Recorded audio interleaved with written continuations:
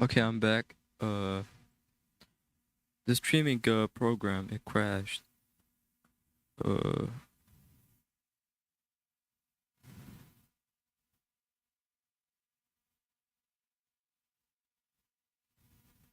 that's weird. It never happens to me. It's just odd.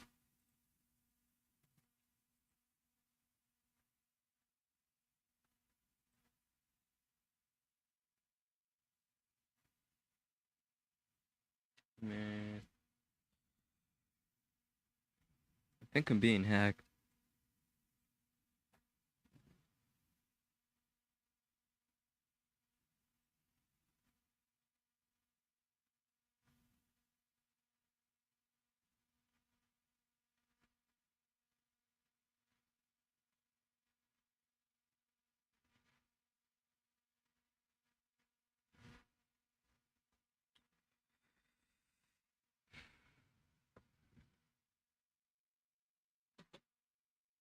All right, watching a video.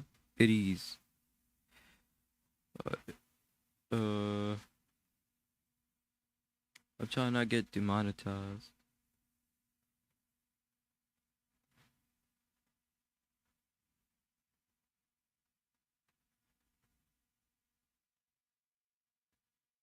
Okay, what? Never mind. Never mind. We're sticking to you.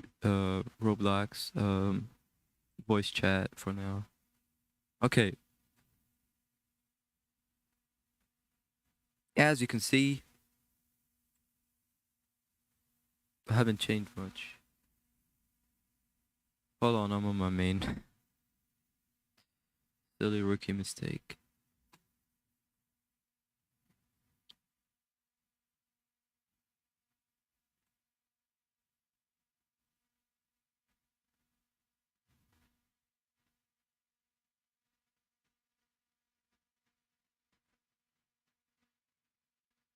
Okay.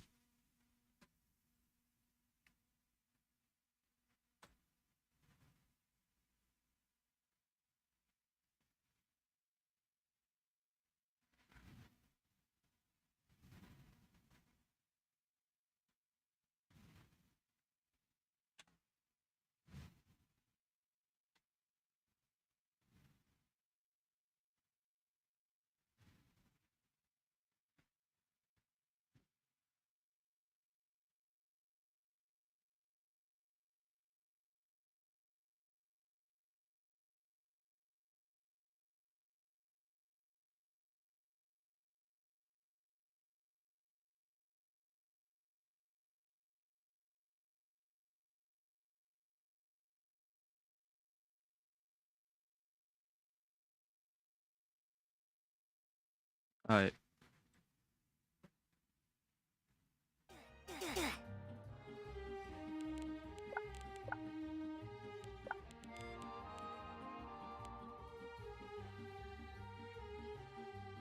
Ooh, I'm in a French server. I like that. You better say hi to DM.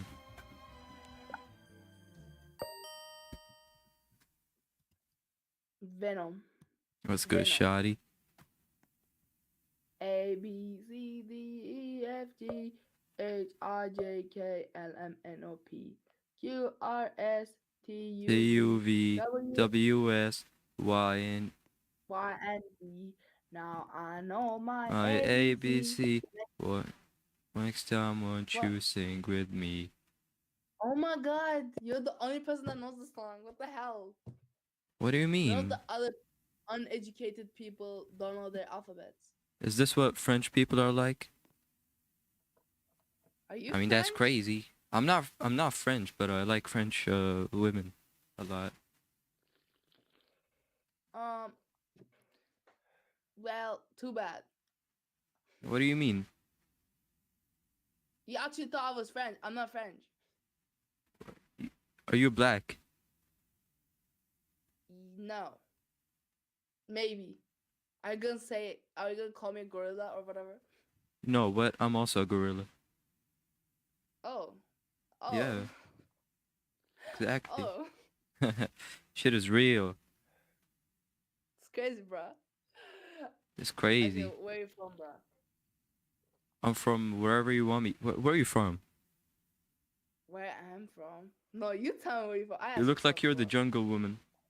You're like I female am. version of I'm literally Tarzan. Tarzan, bro. What are you on? Look, look. Okay, that's Tarzan hot. for you. That's hot.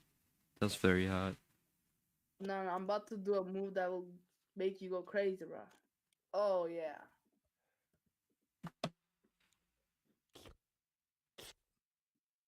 What? What are I, you li- trying to tell me right now? I like ice cream. That's what I like. I mean, if there's anything I'm trying to say, I'm telling you I like ice cream. Okay, so in conclusion, where are you from? I'm from my mother's belly. Which country were you born in? I don't understand the question. Okay, okay, go ask your mom for your passport and read me the words on the passport. I mean, why should I do that? Okay, why should I answer you? I don't owe you nothing. Hmm? I don't owe you nothing. Why should I answer you? But I thought we were friends. Okay, how about you answer me and then we can be friends or whatever. Okay. Alright. What's your question? My question is, where you from? If you're not French, I'm from Turkey. so you're white. I'm not white. I never met like, bro. I never, but that's crazy. I never met like a black woman from Turkey. Dude, they're everywhere. They're everywhere. What are you on, That's sister? that's true. That's true. They're. Alright, then where are you from?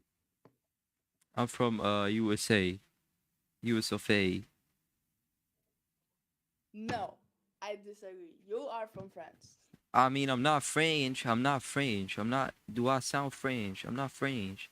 Yeah, I'm you, not a talking second like a ago I heard you French. talk to your mom and be like, Bonjour, mademoiselle. Je m'appelle. I don't know the rest. Damn, you know how to speak French, so you might be French. I ain't French. Then why are you Oh, accusing me of being French when you're not French yourself? because let me tell you why. Let me tell you why. The position you sit, like the angle of your butt, is literally like 95 degrees, right? Listen, this is where things get crazier. 95, 1995. What happened in 1995? I don't know, but I think some French person released a song, which means that you are French. So in conclusion, I'm not You're French. French. I'm not French. You are French. Man. Okay, then what state? Name all 51 states. Bro, you're just gonna doubt me. You just don't want like you're not gonna believe me. Whatever I say, you're not gonna believe me. Okay, I don't care. Count all 50 states. But alphabetical order. 51 states. Was it 51 or 50? I don't know. 50. But it doesn't matter. Okay, fine. Okay, just start. Okay, go now. What do they teach you in France, bro? Or Turkey or wherever, bro? It's crazy. You came out the Well, what do jungle, they bro. You teach don't you? even belong to the streets. You belong to the jungle with the Yeah, gorillas. yeah. The what do you call? Fucking shit. I don't know. You suck. Anyways, Yeah. what? I thought we were friends. No, no, we're friends, but yeah, keep going. Okay. Um, you gotta tell me your full address in order for me to believe that you're from USA. Man, you just bullshit. Okay. 313 Parker. Next to Worcester sauce. Uh, Okay, close to actually, just tell me the City state. State I building. don't know. Okay, I'm in Tampa, Florida. Florida. That's like the Yeah. worst state to be in. Why you? Okay, I can't agree. I can't agree. I cannot argue with that. But Like Florida, don't they got like those big ass spiders? what you're confusing Florida for Australia? No, trust Florida has a lot of floods. Trust, bro. I know everything. You're not even Plus, Floridian, Florida has um palm trees. They got water, and the shape of Florida is ugly too. Like, why are you living there? damn. You just like this the whole ass state. Yeah. Let me tell you why Michigan is such a bad state too. It's literally so bad. It's I think and like starts with the M. Like who likes M? Bro, what are you yapping about? I'm not yapping about anything. I thought this was a podcast. I mean, it can be a it can be a podcast if you won't. I mean, I got all day. Okay, let's Dude, start. we literally sit like we're in a podcast. What are you on? Yeah, that's true. Yeah, it feels like a podcast. So it is gonna be a podcast because I said so. Bro, Next you came question. out the jungle. Yeah. Okay, Wait, hold on. I'm good at doing monkey noises, but today I'm sick, so I can't do it. now chill. You don't have to do Oh, that. so angry right now. You know that girl with that crazy laugh, where she laughs like a zombie? That meme. Which girl? There was like a meme. I don't know, like. Yeah. Anyways, keep going. What we're You know trying to what talk else about? was a meme? You know What? what else was a meme? What? Adam Sandler. Adam. Why you hate him so much? What you do to No, you? Adam Sandler is like my hero. He's the reason why I've been born. Oh, oh! I did not understand. Yeah. Okay. Now I get what you mean. Adam Sandals or whatever. Like.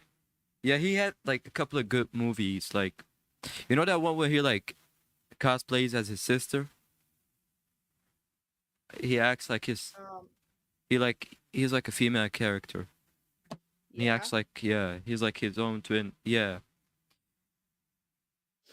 What about it? I always wonder like if they had to film a sex scene between them two, how it's gonna look. Um, Interesting. Next question. This my turn. I ask the questions, little girl. Just call me Um, little girl. That's crazy. Nah, that's crazy. I let it pass just because you're my homie. You're from the jungle. yeah, I'm your homie. I'm your homie. Hold on, wait. Okay. What's your What? age? I need to know that because like it's legally I need to ask. My age. Yeah. Okay, on a scale 1 to 10, I feel like my age. If I were a scale number, I would be like a 5. Are you 5? Perhaps. Perhaps not. I was You're joking. probably I'm 15 not or 5. something, bro. How did you know? You're like I don't know Adam Nah, Sandler bro. guessing everything. You calling me My Adam Sandler now? That's funny. my birthday is January 2nd. Are you gonna buy me a present? No, What? I just send you a one-way ticket to the jungle. No, you can't do that. That's mean. Nah, but I mean like No. Hmm? just visit the homeland. No, it's okay. I'm good here. Damn. How many languages do you speak? I speak one language, and it's real talk. That's what I speak. Or You facts. only actually speak like English. Yeah, I only speak facts. Dead ass. Yeah. That's crazy. I thought y'all were forced to take like Spanish in America. Man, who cares about that? Like language is it's useless. Well, I take Spanish. Thank you. Okay, give me a couple of words. You won't even know what to say. Okay, I'll describe myself. Go I'll ahead. tell you my eyes are brown in Spanish. Uh, My pronunciation is so bad. I'd rather type it down, bro. No, no, you have to. You have to. It's a part of Okay, like the okay, language, you know. okay. Tengo los ojos marrones. Oh yeah. That was ass. What the fuck? I don't have that like it's like a Latina accent, bro. That's like what I need. Yeah, that. I forgot like mierda. Uh, muy bien. I don't know how to say it, Muy bro. bien is very good. Yeah. Uh, Um, let yeah. me tell you a funny story, fam. Let me tell you a funny story. Yeah.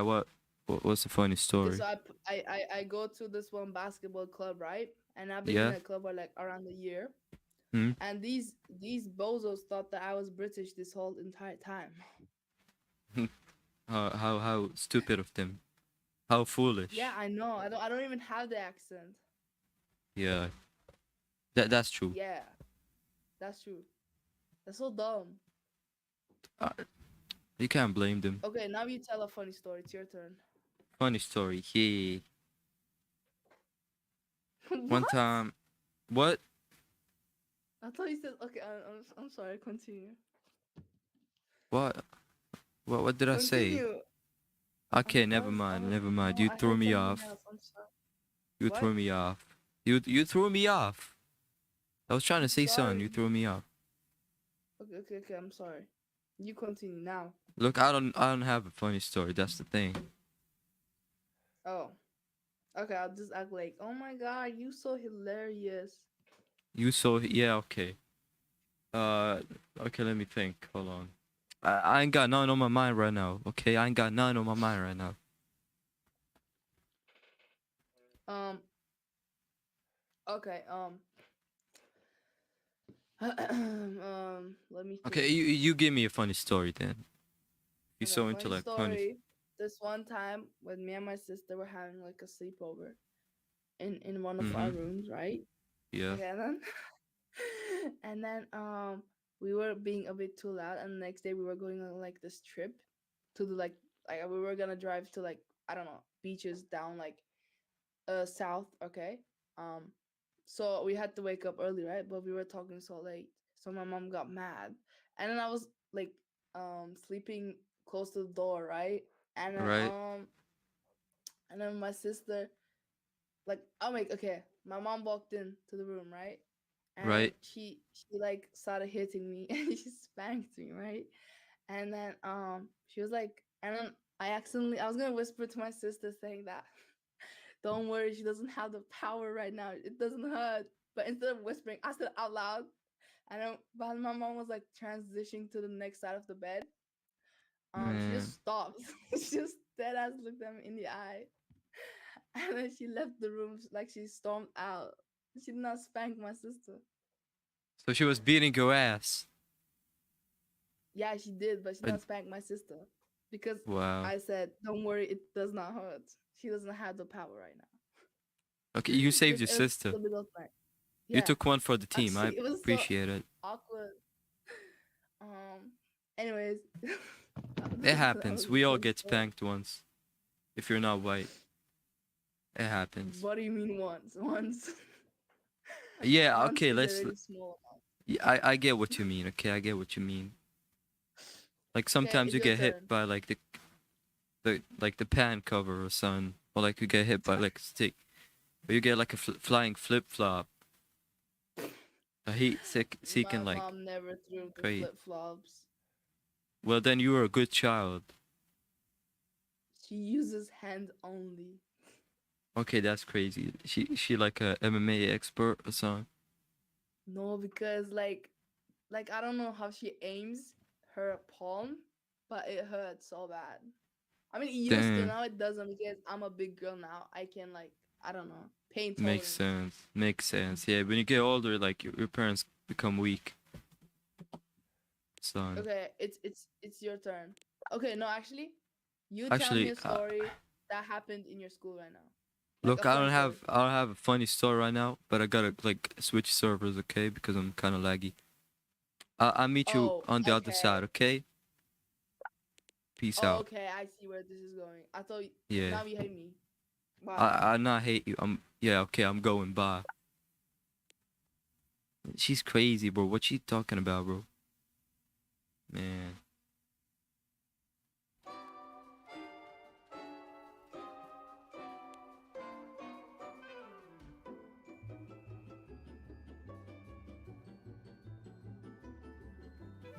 Why is it? Yo, Venom, what's up, Venom? You're in 6th grade? You got a long head? Oh, bro, I forgot my. You got a long, bro. Like, pray on it, pray over it, pray through it. What is it you're praying on exactly? Anything. Anything. That's a good quote. Clumsy, so clumsy, Change, change, goofy, change. silly. Why is I your like game so laggy? I like how you have your favorite food as a shirt. Oh, it's so laggy. It turned Bro, off you're the a mobile graphics player. And is there a problem? You're saying I'm laggy, bro, I'm out of here, bro. I can hear myself. What the fuck is he playing on a walkie-talkie? Listen here, you cube-headed motherfucker. I'm gonna say this once, okay?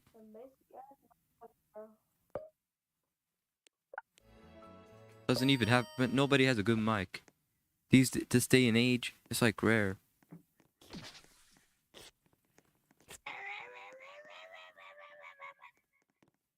What?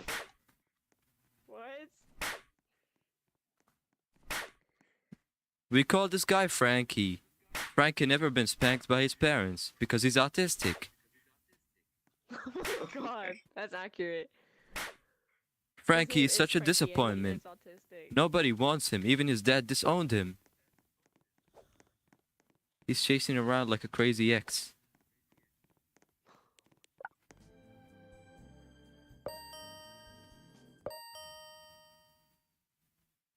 Ichigo. Hey yo, I might give you a back scratch. It's gonna make the Ichigo. Okay, no, no, that's not, you know what? That was kind of funny, but I gotta go. Okay, man. Peace out. Boop boop boop boop boop boop. Boop boop boop boop boop boop boop boop boop boop boop boop boop boop. Okay.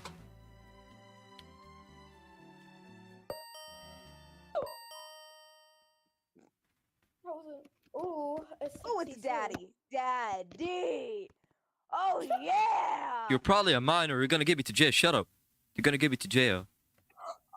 I'm actually 19, thank you. Okay, I'm 18. Yeah, Oh, you wanna hook up? Yeah, hell yeah. Fine. See, they call me the CEO that saves the deal. It's fine. I got everything in the bag. You know what I mean? I got it all like zipped up. Huh? He's called Big Dick. What? That's crazy. That's a minor, bro. Excuse me, I'm 19. I'm not a minor. Bro, I'm not Steve, but I can recognize a minor. Then why are you even on this app? Oh shit! Are Right. you weird?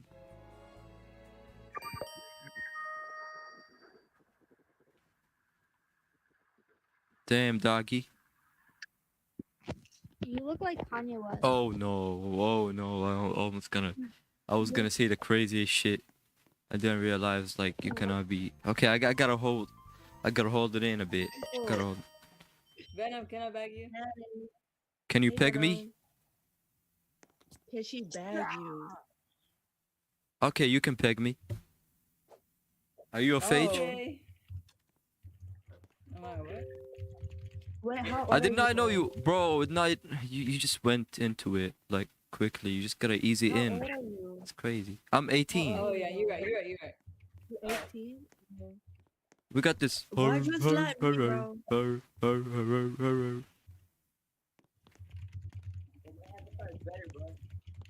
That's Oh, she Freddy, went bro. into it. She's crazy. Hold on. Damn.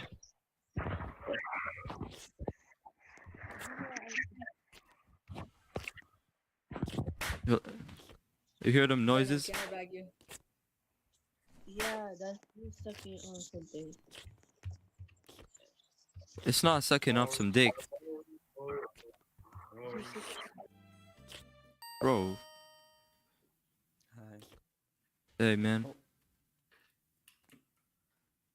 You look like you're fishing at giving like the suck 3000, man. That fucking voice crack. That was tragic. That was. You might know I okay. hate my life.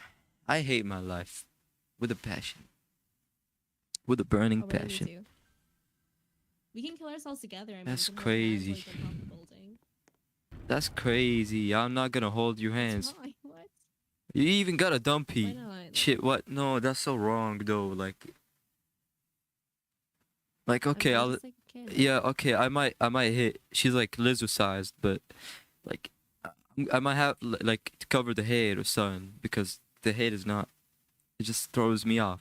What's wrong Know what with I the mean? head? What do you mean? Like the head is like, it looks like a baby doll that got like her head snatched or something by a You're not toddler. into that? I'm not into it, bro. Even your mouth is moving. It's so Wow. creepy. Wait, hold on. Let me turn on my facial animation. Wait. I cannot turn it on right now. I gotta rejoin. Why is she so wide though? Like, She's shaped like a 4x4, man. That's crazy.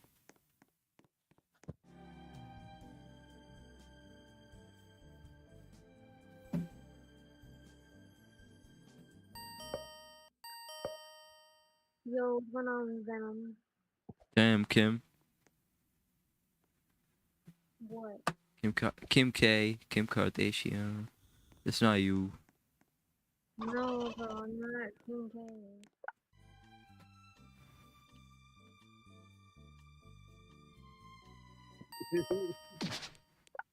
Nah. We ain't talking to minors today. What? Bro, it's so like. It's filled with kids. Vengeance. Is that you, Vengeance? Vengeance. No, Vengeance. Don't do the backflip, Vengeance. Vengeance, please. Vengeance. Oh no, Vengeance. Step, Vengeance. What are you doing? Really, bruh. You got the Really, bruh. you got the force of the darkness or something. I don't know. Stop slurping that near me, bruh. Nah, man. I'm just trying to talk to you, man.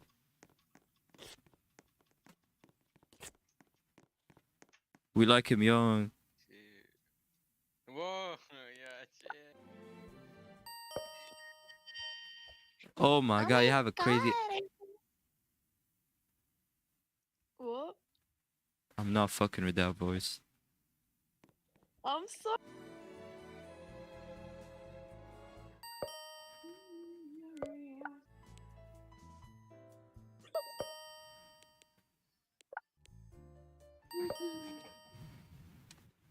Oh my god, bro. Oh, Looking for someone to play a thought game I with was me. Heart.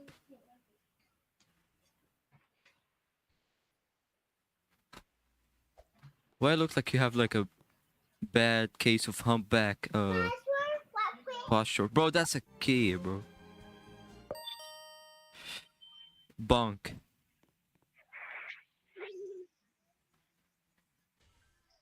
Nigga, you weird as hell. It's just wonder. Girls, girls, girls, girls all over the world. It's wonder. Nigga, we made it. From the 09 to Brooklyn. I like Latinas, ex-Dominican, ex-Asians. Man. How you going? How come you black but you have Justin Bieber hair? Man, that's crazy. Riz God, can I riz you up? Bro, go riz your kindergarten or something, bro.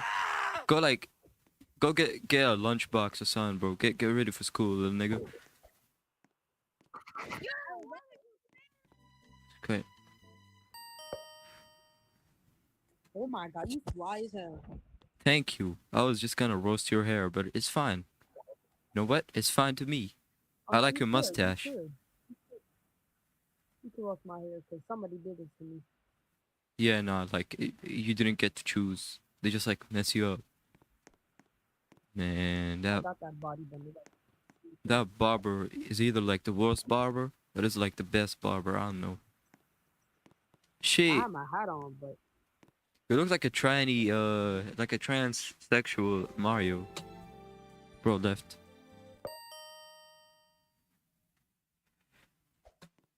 That's insane. I speak Belgiumian. What the fuck is Belgiumian? It's not real. It's a joke. Okay, you claim to be smart. Yeah, I don't claim I am. Okay, how old are you? I'm 15. Okay, nah.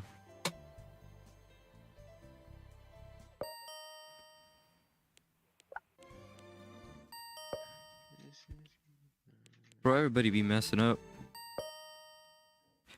Ice. Has somebody. Hey, Hey girl, what? hold on. I'm gonna look up your YouTube. Don't leave. Let me look up your YouTube. Don't leave. Okay, I didn't know I had a fangirl. I don't. I'm joking. My bad. Don't choke. Ignore any. These people are weird. Yeah. You look like Lil Nas out of antidepressants. Oh, that hurts. You know what you look like?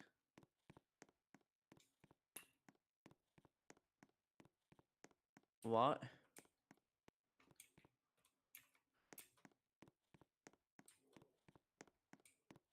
Okay, I'm just gonna.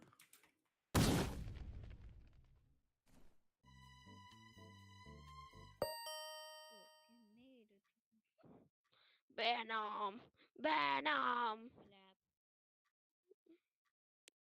Hola. Venom. Hola, Venom. Hey yo, Eso eres. Venom. Retarada. Venom, It hurts so much. asshole, skip me. That's I love crazy. asshole. It's Daddy. Ew, Daddy. don't say with the lot down there. Don't call me dad. Don't call me dad. That's illegal. I didn't call you Dad. I called you Hello, Daddy. you're 18. You want to be on this fucking app. Charlotte, okay? stop fucking pushing me. I'm sorry. You're too old to be on this fucking app. Now I want you to leave. Scarlett, you're literally 18 as well. Still, I would like you to leave Girl, this app. shut the fuck up. You don't have the right to talk to me in that manner, okay? I feel really can talk to you in respected. that I'm Get offended the right fuck now by the out way of you're here. talking Now to you me. fucking cunt. You don't Now have get no out, you respect. fucking cunt, or I'll carve your Where's your head off. manners? Where is your manners? You're being disrespectful I right have now. no manners. She ain't got none. She left them back there a long time ago. Yeah, like for real, like she, I you know, am she doesn't get dinner. us. That's the thing. You know what? It's time you leave her. Leave her. Leave my Ray alone, Scarlett. What? Get the fuck out of here. Leave my the ray fuck of up, you sunshine. ugly. Nah, stop messing with my mans, girl. Stop. You a bald-headed bitch. Wow, Like, it's about time you leave my girl alone. It's about time that you go fucking kill yourself. It's time you go grab a knife and slit your wrist. That's what time it is. It's suicide time. Yeah, because I saw you. I need to go kill myself. Yep, exactly. So, bye-bye now. Leave. Bro, your face makes me want to bleach my eyes.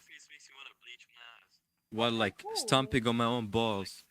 While jumping on like a pitchfork in my ass. Your balls are so tiny. You have none. That's crazy. That's a shut bold up. claim. You seem like a real professional like balls reviewer. I'll let y'all have fun. I will never touch your balls ever. Ew, no, I don't want to. Bro, I'm trying to I don't catch think charge. any girl would even want to I've suck already on touched your his balls little multiple dick, times. I did okay? not It's just. I nice. did It's not, too bro. tiny. I did not ask you to suck my balls. No, I don't think any girl would like. to And suck on why your you dick. It's why you too thinking tiny. I'm gonna? Maybe I That they do. can literally just bite it off like a finger. I'm not trying to get hit head of some piranha, son. You're a bald ass bitch. I'm not gonna get hit from you. Your dick if I was to give you heads. You're like Doja Cat out of antidepressants, bro. Doja Cat's hot, and I literally have the same name as her new album, her new persona. Oh, that's why it's ass because you used your name. But at least he killed you. Now, shut up. I'm eating food. You I'm not. ugly little motherfucker with your small ass little wiener. You should go kill yourself. You need to go cut your ears. Bye. Can you leave? Like, no one even likes you. You're too fucking ugly with your tiny ass Maybe dick. I like him. Mwah! Go, go, go, Scarlet, go, go, Scarlet, Scarlet, go, go.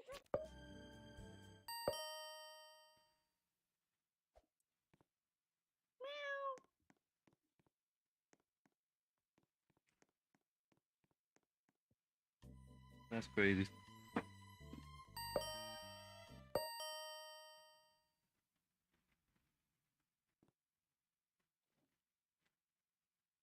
Hey, what's up, dog?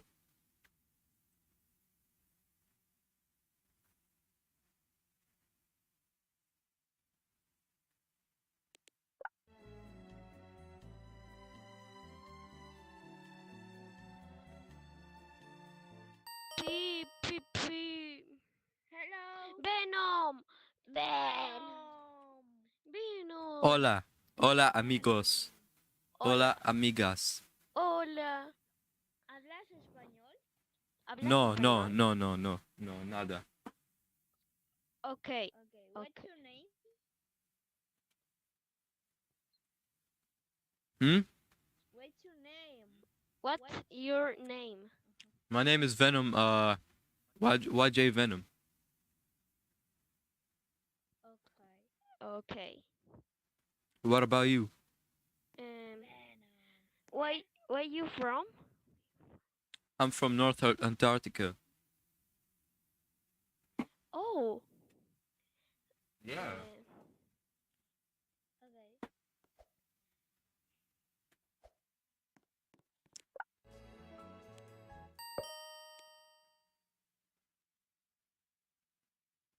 That's crazy.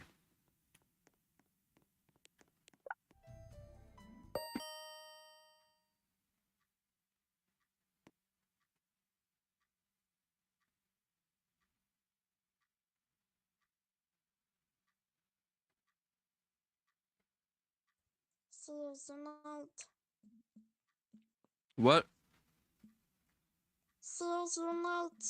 We are both seals. Why you talk like? What do you mean? Is this my daughter? Daddy? Daughter, is that you? Yeah, I'm not dad. You went out to go get some milk 30 years ago. Where were you? I'm sorry. I don't remember. Like, it's been so long since I've seen you. Oh my god, just bring a tear to my eye every time. Like, every time I remember. You used to be so young. Now you got big.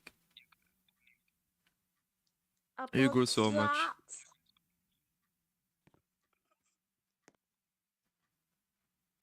Look at you, bro. You're amazing. You have like a pretty dress. You have earrings. You have like. You look like your mom. Yeah, I like your gold chain. What? My gold chain? Yeah, I stole it off like Dr. Dre. Really?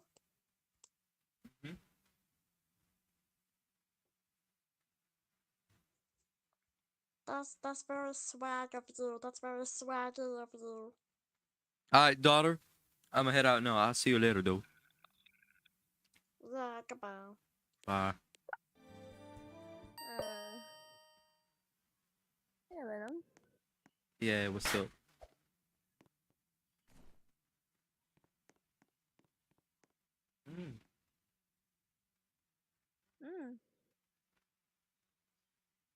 The fuck my mom coming for?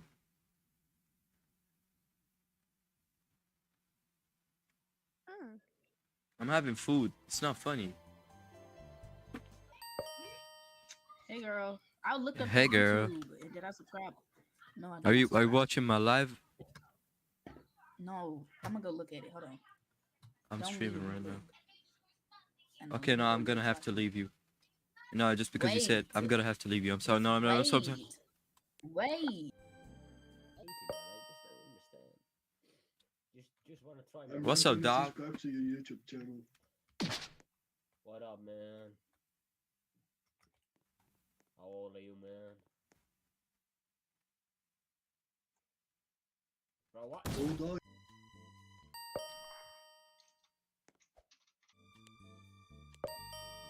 Did he just say what I think he did? Yeah.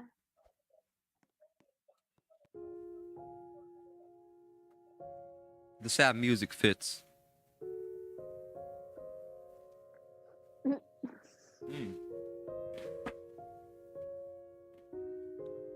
Some fire music.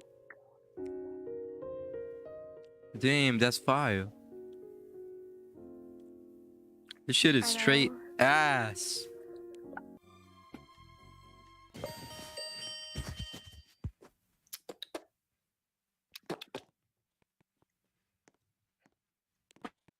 Hey, baby. Hey, yo. No, dog. What the fuck? Crazy. Oh, the other man with the C with that with the drip. Mm-hmm. Yeah. I'm notorious.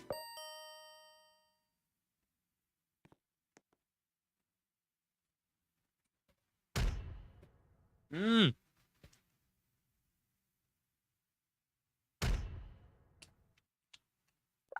Bro. Oh, bro. Damn.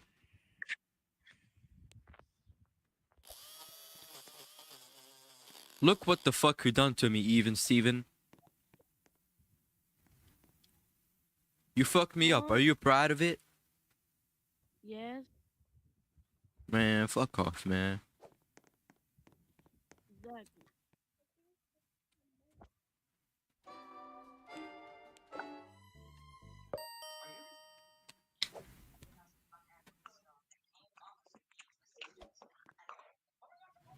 What a fucking bitch.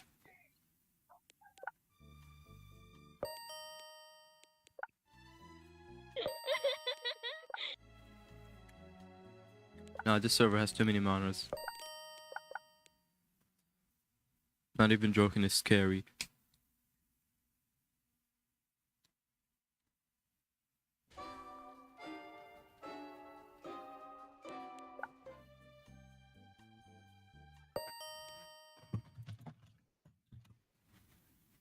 It's Baba Boy. I play music with soundboard. Bro, didn't play music to do none, bro. That's crazy. What's crazy? None. Why you asking me? You see, I'm loving the Batman pages. Oh yeah, thank you. Yeah, this is not my avatar, but yeah, thank you. No, I'm loving the Batman pages. Pages. Okay, yeah, that's nice. Thank you. They're not too bad. Oh, That's insane. Why you look like you got your pants down? It's like I walked in into you pissing or something. You're taking a shit.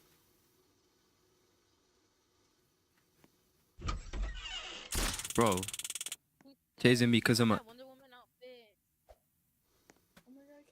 You dare fucking ignore me, bitch?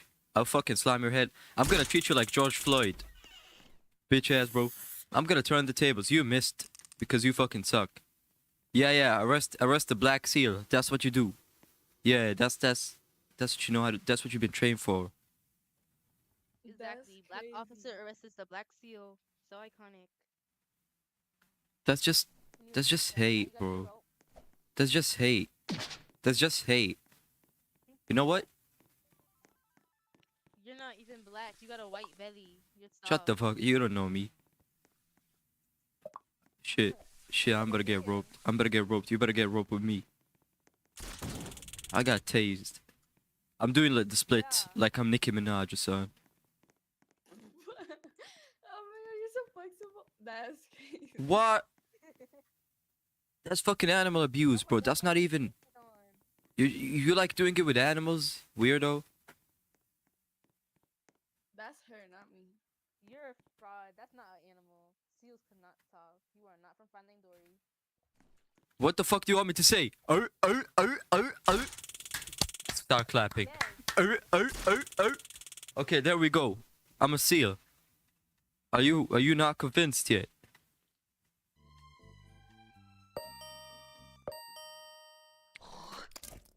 Ew. So fucking stenchy.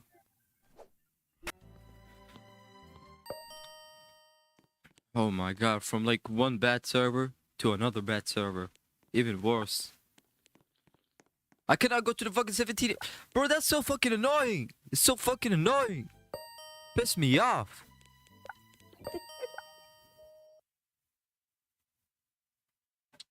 Watch this one be laggy.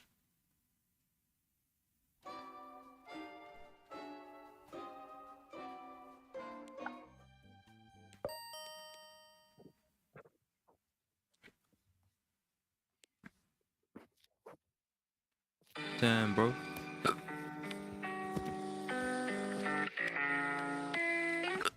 Nah, man, nah. You got that advice music. That word, life advice music. And damn.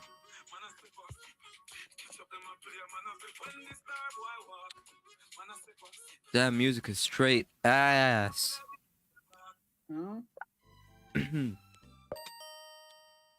Damn, man. I like the suit, man. You look like you're going for an interview, man. Are you going to an interview? That's crazy. That's crazy.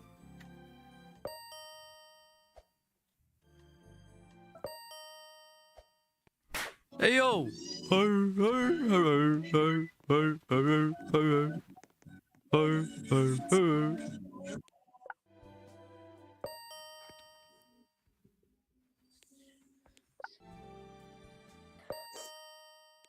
Damn. You can't find me.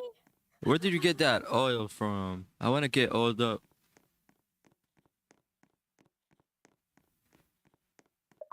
Boy, you big as hell. Nana, get over here. Help me. Tell me your secret. I need your workout plan. How are you this big? 100 push-ups a day, 100 sit-ups a day. Nah, bro, you be taking that like roids. You be taking. Be honest. No. You be taking roids. No, I never took steroids, bro. Man, you're like the liver king. It's just shameful. What a fraud. You're bad. You're not going away. You're a fraud. Damn.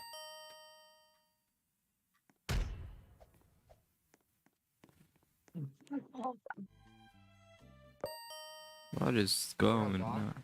Hey, yo, man, what's up? Nothing much, just chilling, you feel me? What? I said I'm just chilling. Why you so fat? God damn, bro. Why you? Ooh. You're such a bitch, bro. You're such a bitch. Loki, I thought you were cool at first, but you're a bitch, bro. Well, I'm cool, bro. Come on, I'm pretty cool, man. Like, you know, I'm pretty cool, man.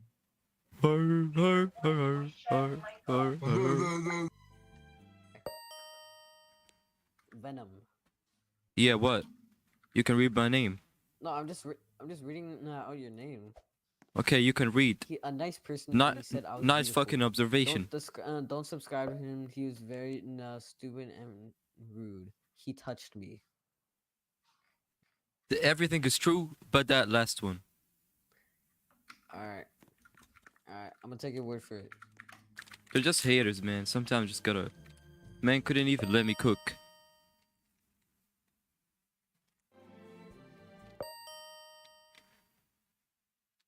Damn, Reese. Just a normal. Oh my god. Okay, yeah. Hey, yo, bro. What's up, Brody?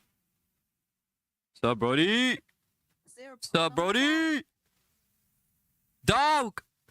Let me hear you, dog. Come on. Talk to me.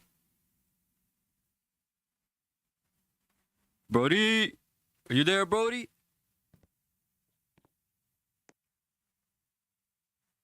Do you have a tongue, man? I'm alive, don't worry. Yeah, bro. Are you like a guy or a girl, man? I need to be like, I need to know, man. Cause I don't know what is MTF. Is it like? You're a girl, obviously.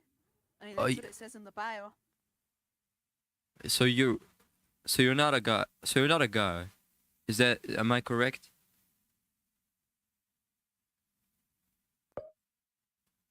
Hold on. Yes, you're correct.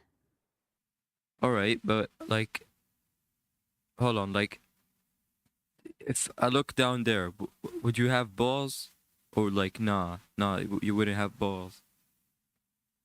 You wouldn't have the nuts. Nah, I still have my penis. So you're a guy.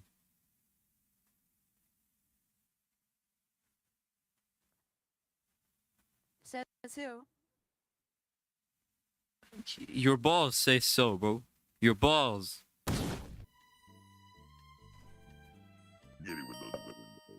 Crazy. Oh no. Oh no, no, this is crazy. No, this is crazy. It's just crazy.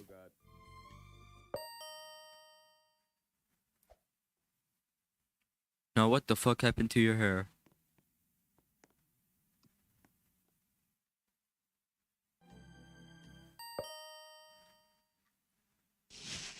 Pupillicious. Fuck you. You dumbass bitch. You stinky ass, fucking stinky coochie ass, bitch ass, fucking ruined my hair. Turn me into a gay ass seal. So annoying. I lost my cap. But would you accept it? Would you like it if somebody ruined your look? You have a cute style right now. What if someone pulled up and like made you look like me? It's gonna suck, isn't it? Yeah, I would. Yeah. Now give me that ass. I'm joking. I'm not joking. You better be joking. I'm serious. How old are you? 16. Okay, that's not too bad. Too bad. How old are you? I'm 3 years older. They didn't help me with my therapy. I'm still getting beat up at night by horses. They jammed and slammed me against the wall, leaned in and smacked me across the face. She got dance moves to petite Asian jams do. What? Why are they worst barber? Do you have like a blow dryer? Yeah. Can you blow me? Thank you. Yeah, go in there. Yeah, Go in there. go. Thanks. Like honestly, thank you. Hey, yo, I'm bald.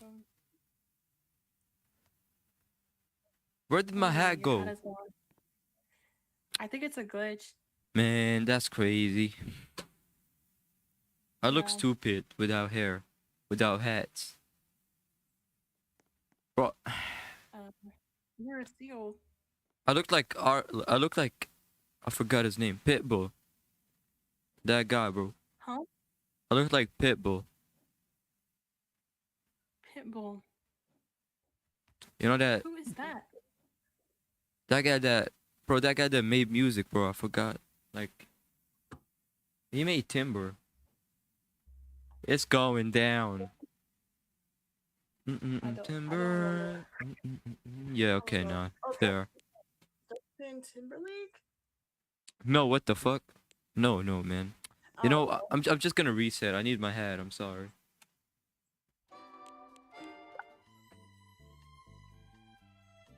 People be tripping. They just ruin my hairline. They take my hair. They take my hat. They take everything, bro. They take my virginity. They take my hat. They slap me. Who you slapping? I'm about to cook you. Yeah, you better leave. Just gonna cool down a bit. Man, you cannot cook nobody, man. Get out of here. I cannot what? You can't cook nobody. I'm gonna cook you. I'm gonna cook you. You made a mistake coming here. Yeah, leave. Your music is so ass, you need to be cooked.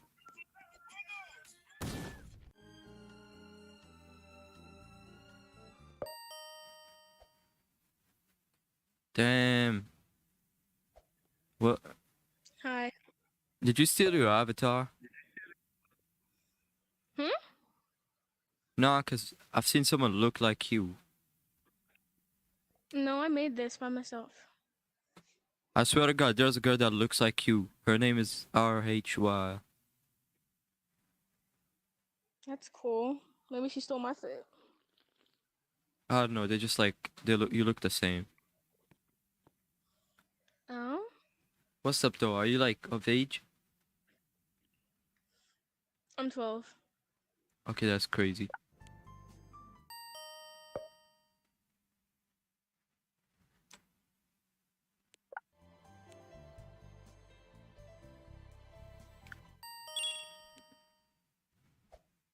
Dot, bro. Dot, bro. Dot, bro. His music is ass. How do you... Hello? Hey, what's up? We have one skip left. Hi. Eeny, meeny, miny, mo. I just lost my skips on you. I don't know where to go.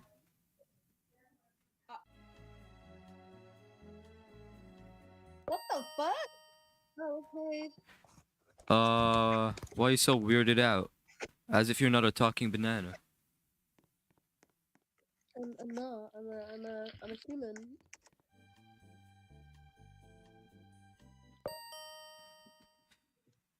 Crazy. It's crazy. Ew, why Hello. do you look like that? I'm a seal.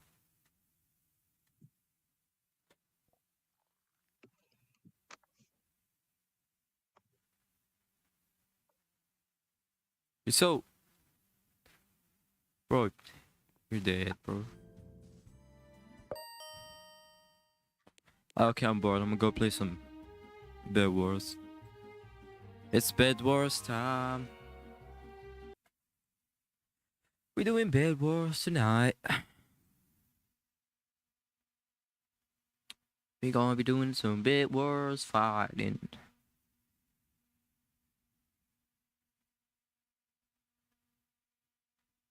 Hey yo, Bill is playing. I'm joining him.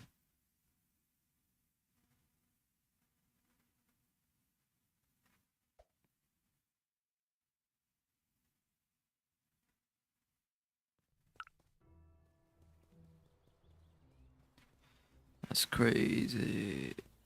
Wait. Oh, they changed the lobby quite a bit for like the spooky season. The spooky season. Spooky season. Spooky season. Okay.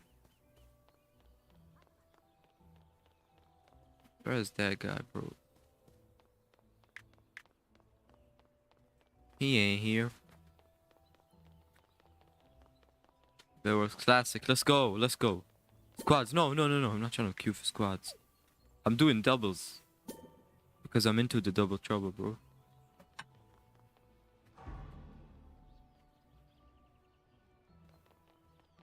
I'm gonna start doing some insane shit. Cause I'm insane like that. Nobody can stop me. Nobody can stop me. Ain't nobody can stop me. Ain't nobody can stop me. Ain't nobody can stop me. Ain't nobody can stop me. Ain't nobody can stop me.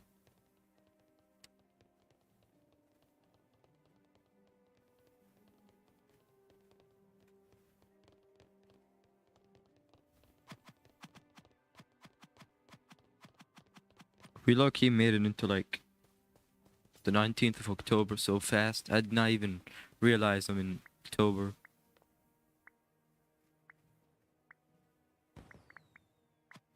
Shit is crazy.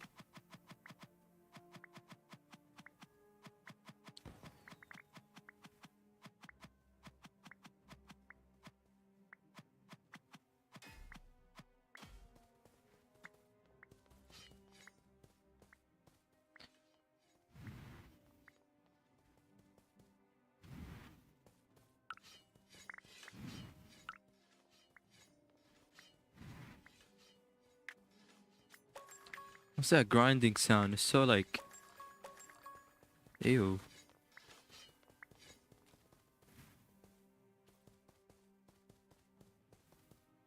Is that somebody bed? That looks like somebody bed. Okay, I'm going to the diamonds.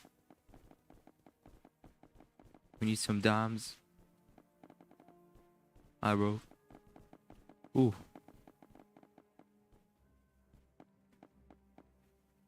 Come on, homie.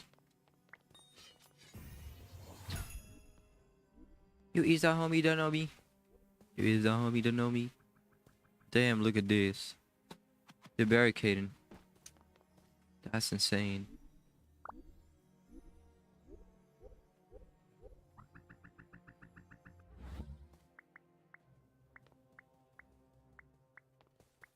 Alright. It's not the best start because I did not get the diamonds. My homie got the diamonds. But that's fine. We'll let him have it because he's the homie. But he's making a mistake, which is upgrading the generator first. That's a rookie mistake, though, bro.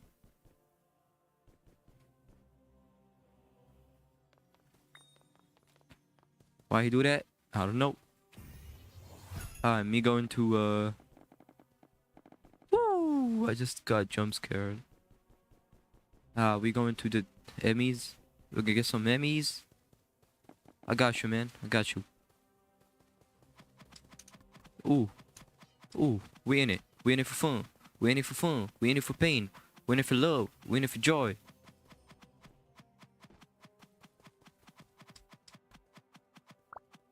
I don't care anymore.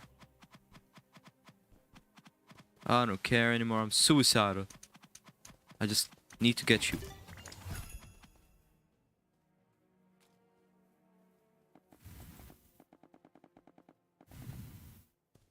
Alright. They're chasing me. It's funny. But they're not gonna catch me because you know what? I'm too fast for them. Simpletons. Alright, one guy fell. That's funny. Shit, I forgot to make. Alright, we go. Okay, you know what? Oh no. Oh no. Bro, just want some more, bro. Bro, just get out of here, bro. Get out of here, bro. Crazy, just let me cook. At this point, I'm the alpha, bro. I own you, man. I own your family, too.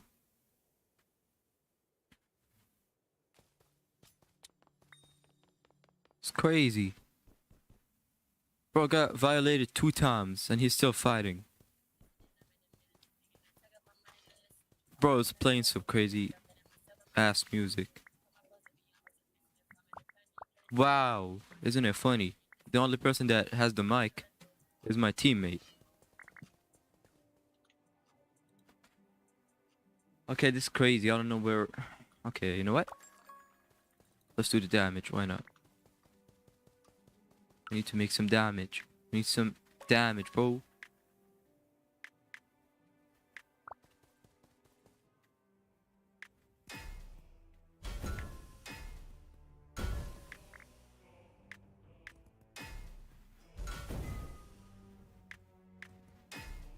I started to hurt from the lighting.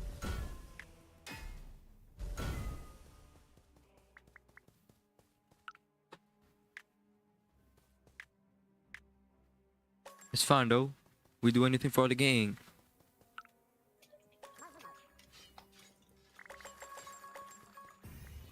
Bro, jump scared the shit out of me.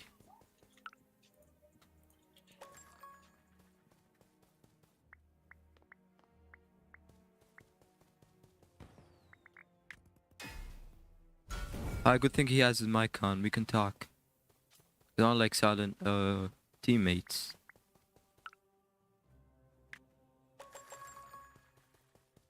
A silent teammate is as good as no teammate. Oh my god, they're dead. They're dead.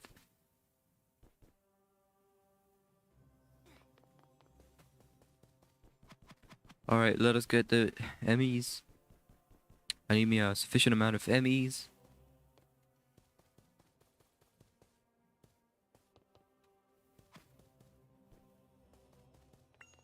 Ooh, he's not gonna be too fine about that.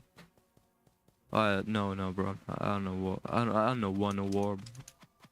Oh my God, bro. I want a war, bro. I don't want no war, bro. I don't want a war, bro. I don't want no, bro. It sucks. It just sucks, bro. It just sucks, bro. Like, I'm just trying to get by, bro. I'm just trying to get by. I'm just trying to. Why you do that, bro? Why you do that, bro? Some bullshit. I need to get my like. Look, if I don't get my Emmys, it's not a sufficient game. It's not a sufficient. It's not a good game. No Emmys, no game. No emeralds, no game. Simple as that. Alright, that's cool. I just secured my diamond one. My diamond sword. No, I need me. Some armor.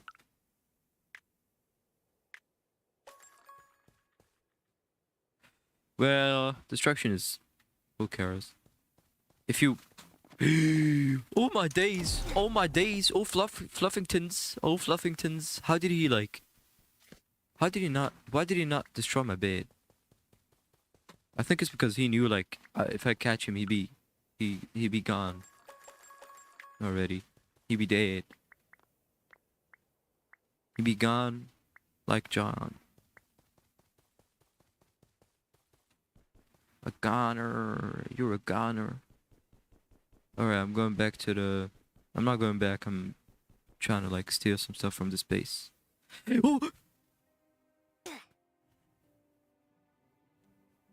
How many times can I fall like that? It's not even funny at this point. I'm not even doing it for humor. It's not even funny joke. Like... What? So fucking annoying. You know what? This is how we're doing it. This is how we're doing it. This is how we're doing this shit.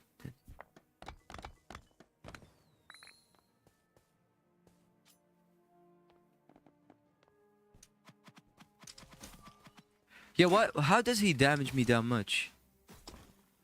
Like that's the thing that I don't get. Like he has so much damage. Just insane. He just ended my friend's life. Isn't that amazing?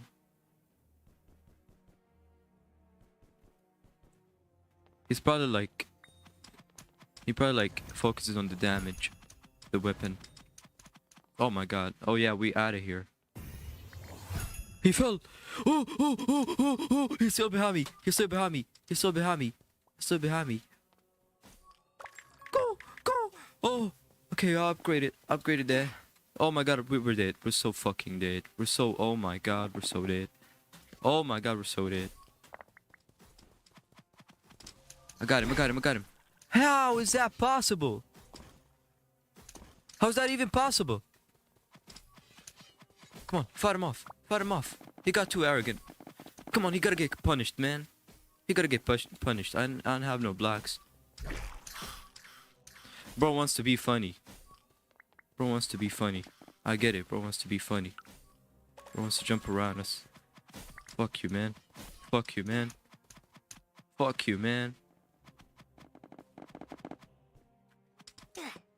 Bullshit. This game is bullshit. Bro has no life.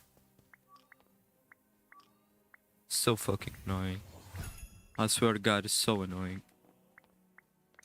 He doesn't even...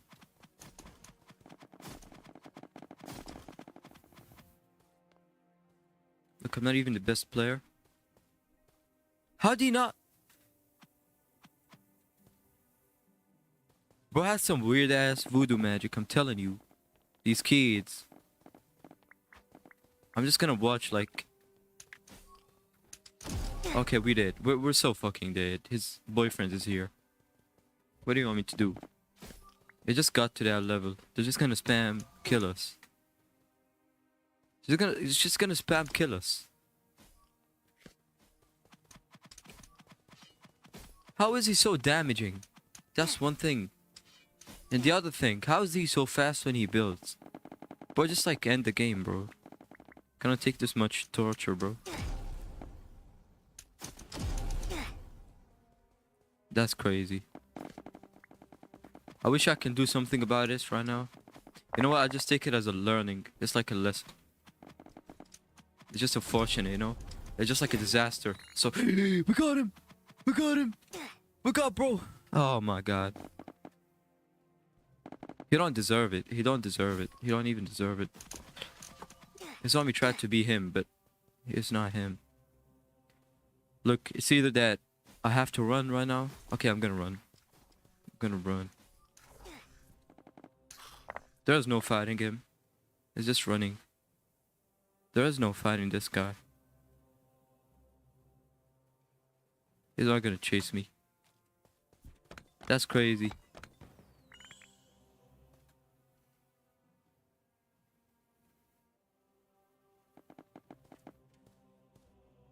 Oh my god, he has no life.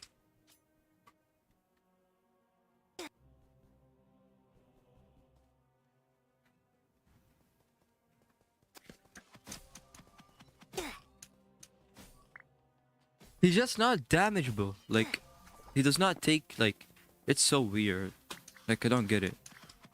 There's something weird about this. And he doesn't even want to end the game, so what's the point? How many people left? Oh, it's only us, like... Oh, that's crazy.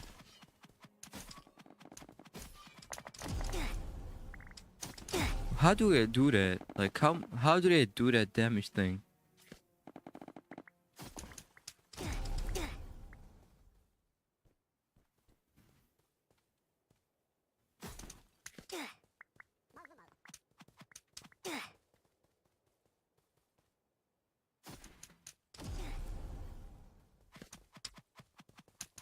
Literally, what is that damage? So basically, they just want to like put us in like a cube or something. Bro, it's not even fun at this point. You're not enjoying the game. You're just like keeping us in like a square. It's not even cool. And then there's like a spider that shits on me every millisecond. Bro. So fucking annoying. It's so fucking annoying. Bro, it's so fucking annoying. It's like I'm being stream sniped right now. And I don't even know it.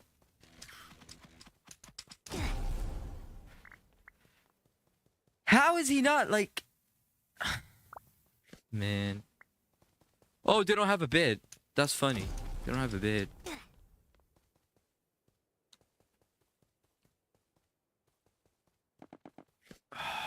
It's just dumb. It's just dumb. This game is dumb. Everyone is dumb in this game. Humpty Dumpty Land.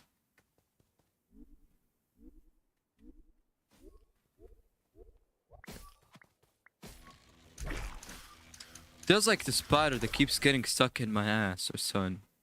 Like why bro? And I cannot just I can't fight him. I'm being spawn killed. Like at this point, like there's nothing I can do.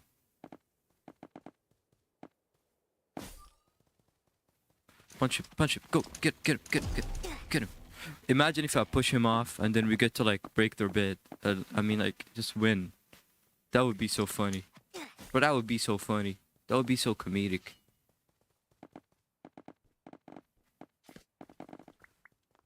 Run, bro. They're trying to catch a miner. That's what you're trying to do. They're not gonna catch this miner. Bro, how... The range, bro. I'm like, there is something crazy about the way they're playing right now. Oh! Oh! I got his friend! I got his friend! I got his friend! I got his friend! I got his friend! I got his friend! I got his friend! I got his friend! I got his friend! I got his friend! I got his friend! I got his friend! I got his friend! I got his friend! Come on! Come on! Come on! No! No! You don't deserve that iron, bro. You don't deserve that iron, bro. You don't deserve that iron, bro. Swear to God, bro.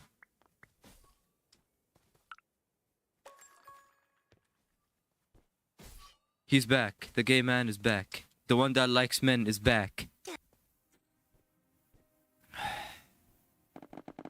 He ain't even trying to end the game. He's just doing some boring ass like gameplay, son.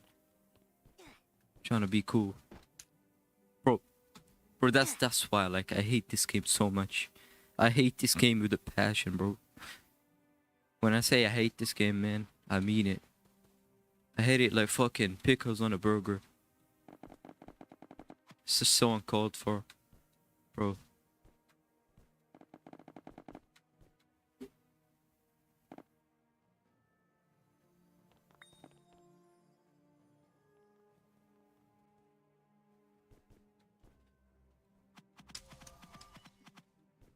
Get out of here. Leave me alone. Let me be. Let me fucking be. Let me fucking be for once. This game never lets me be. Oh my god! What the fuck? It's bullshit. It's bullshit, bro.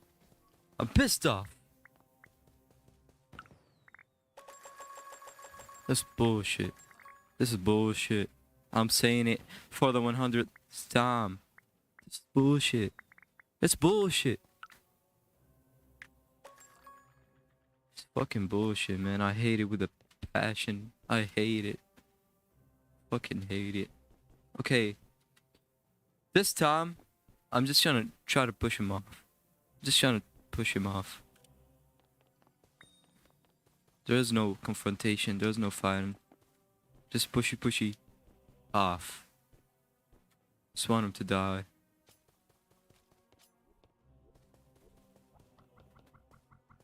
Oh no.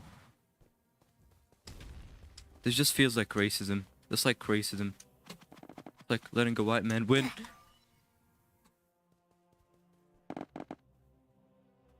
Bro.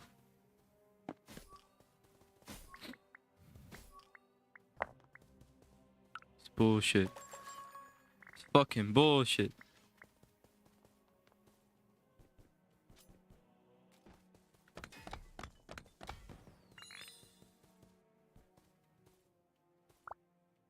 Oh! I can make like a good sword now.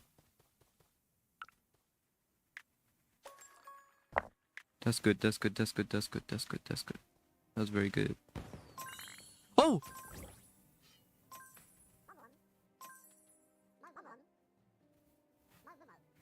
We won!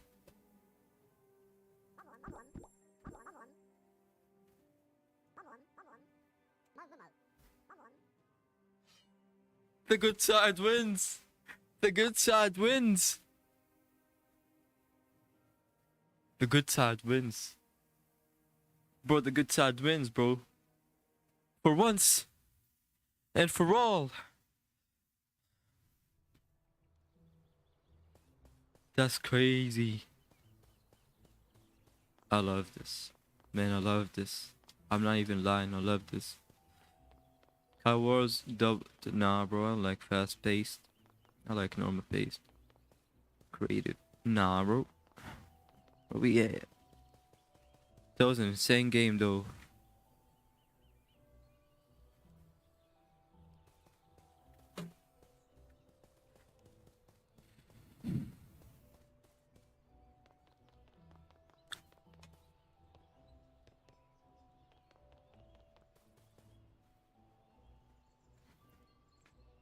I feel like watching like a YouTube video. Like some Jubilee or something similar. Wait.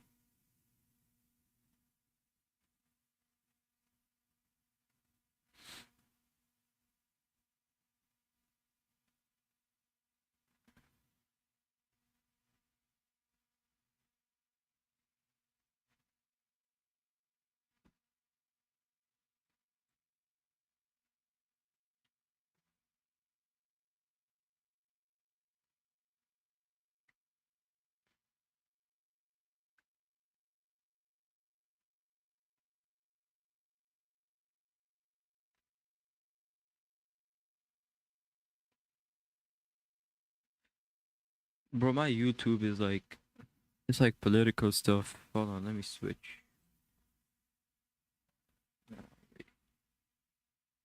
I forgot which channel was it.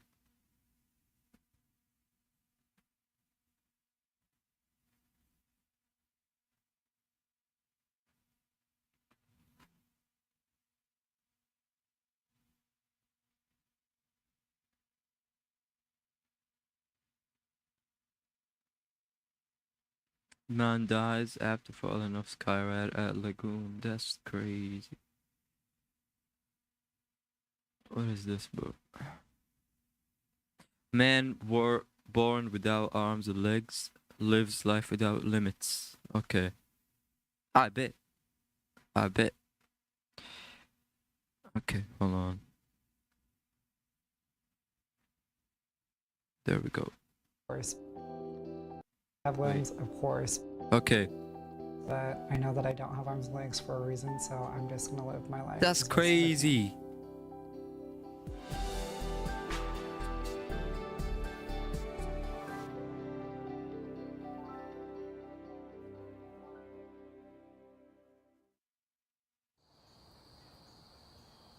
I definitely had to push myself mentally to be able to get to where I am today.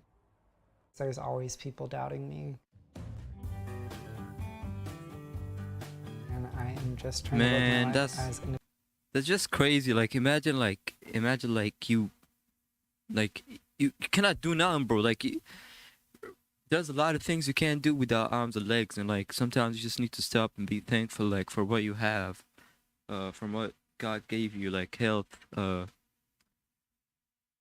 yeah, body parts, and yeah, you gotta thank God for like the body parts you have. independent as possible. I think some of my biggest proudest moments in my life would be learning how to walk, learning how to get myself dressed. Oh my God, like you cannot dress yourself properly. Going up and down the stairs, getting into my wheelchair, taking my own notes in school, graduating. I always put it on timer mode, and then I just hold it. Heart syndrome is a birth defect that affects less than 1 in 1 million people here in the United States. Some of the common signs are a small or undeveloped jaw, missing fingers or toes, or no arms and no legs. And clearly that is my circumstance right now. I was born without any limbs. It also affects the short-term memory loss and sometimes the hearing. Ever since I was like 15 years old, I told myself that I wanted my goal to be as independent as possible. So I was going to do whatever it took to become to where I am today.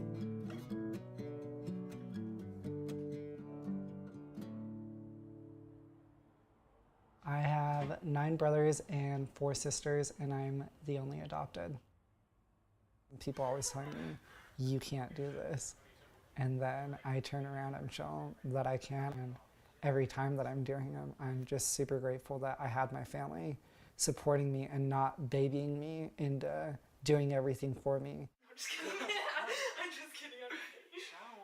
And there were so many times when I was younger that I didn't understand why they wouldn't just do it for me. Like, I have no arms and legs, please just do it for me, I don't want to do it. And they just say, no, you can do it, you'll figure out a way. And my mom says that to me all the time now. The biggest concern as a parent. It makes sense that they're trying to like encourage him and everything, but I mean like he's armless and legless. Now like bro, like you know that metaphor when you're like sitting down, you're trying like you ask for your little sibling, you're like or somebody to like maybe your mom. I don't know who asked his mom, but and they'll be like, don't you have an arm? Don't you have legs? Go get it yourself. But I mean, this guy has no legs, no arms. Like, you know what I mean? Like, was how do we raise a son with no arms and legs to be independent? Worked hard with Gabe. Oh my God, I cannot imagine like like challenges and handicaps, and to help him be bullying. independent. Oh no, that's not. That, of course, resulted in a lot of struggles, a lot of tears on both sides. And I hated my parents for making me go through all that hard work, but now I look at them and I'm so grateful that they pushed me and encouraged me to be independent and be the person that they knew that I could be. People comment and stare daily, like nonstop, everywhere I go. Bullying definitely is still an issue, but it's something that I get to choose on how it affects me, and a lot of times I don't let it affect me. And there was times where he would come home and he was just like completely, you know, miserable after that day because of how much he got picked on. He's super big and tough in his, you know, inside, so he's like not gonna tell me who's doing it and who's saying what. A lot of times I'd cry about it, and in my younger years it was hard trying to find real friends, because you never know if they're just being my friends because they felt bad for me, or if they just wanted attention from being my friend. When I finally made friends in high school, I was learning that they didn't care that I didn't have arms and legs. They saw me as a person. It's gonna be great. I just felt carried away, that's all. That's crazy. Cookie with no arms. I first started dancing when I was in the 7th grade. I told myself that I wanted to try out for the talent show. I didn't tell anybody that I was trying out just because I wanted it to be a surprise. So I tried out and I made the audition, and I went home and I told my family, and they're like, "What did you do?"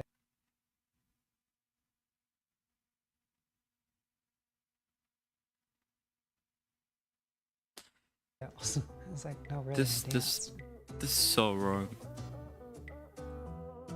Performed But that's that sick, dance he can in front of my entire dance. junior high school, and I got a standing ovation.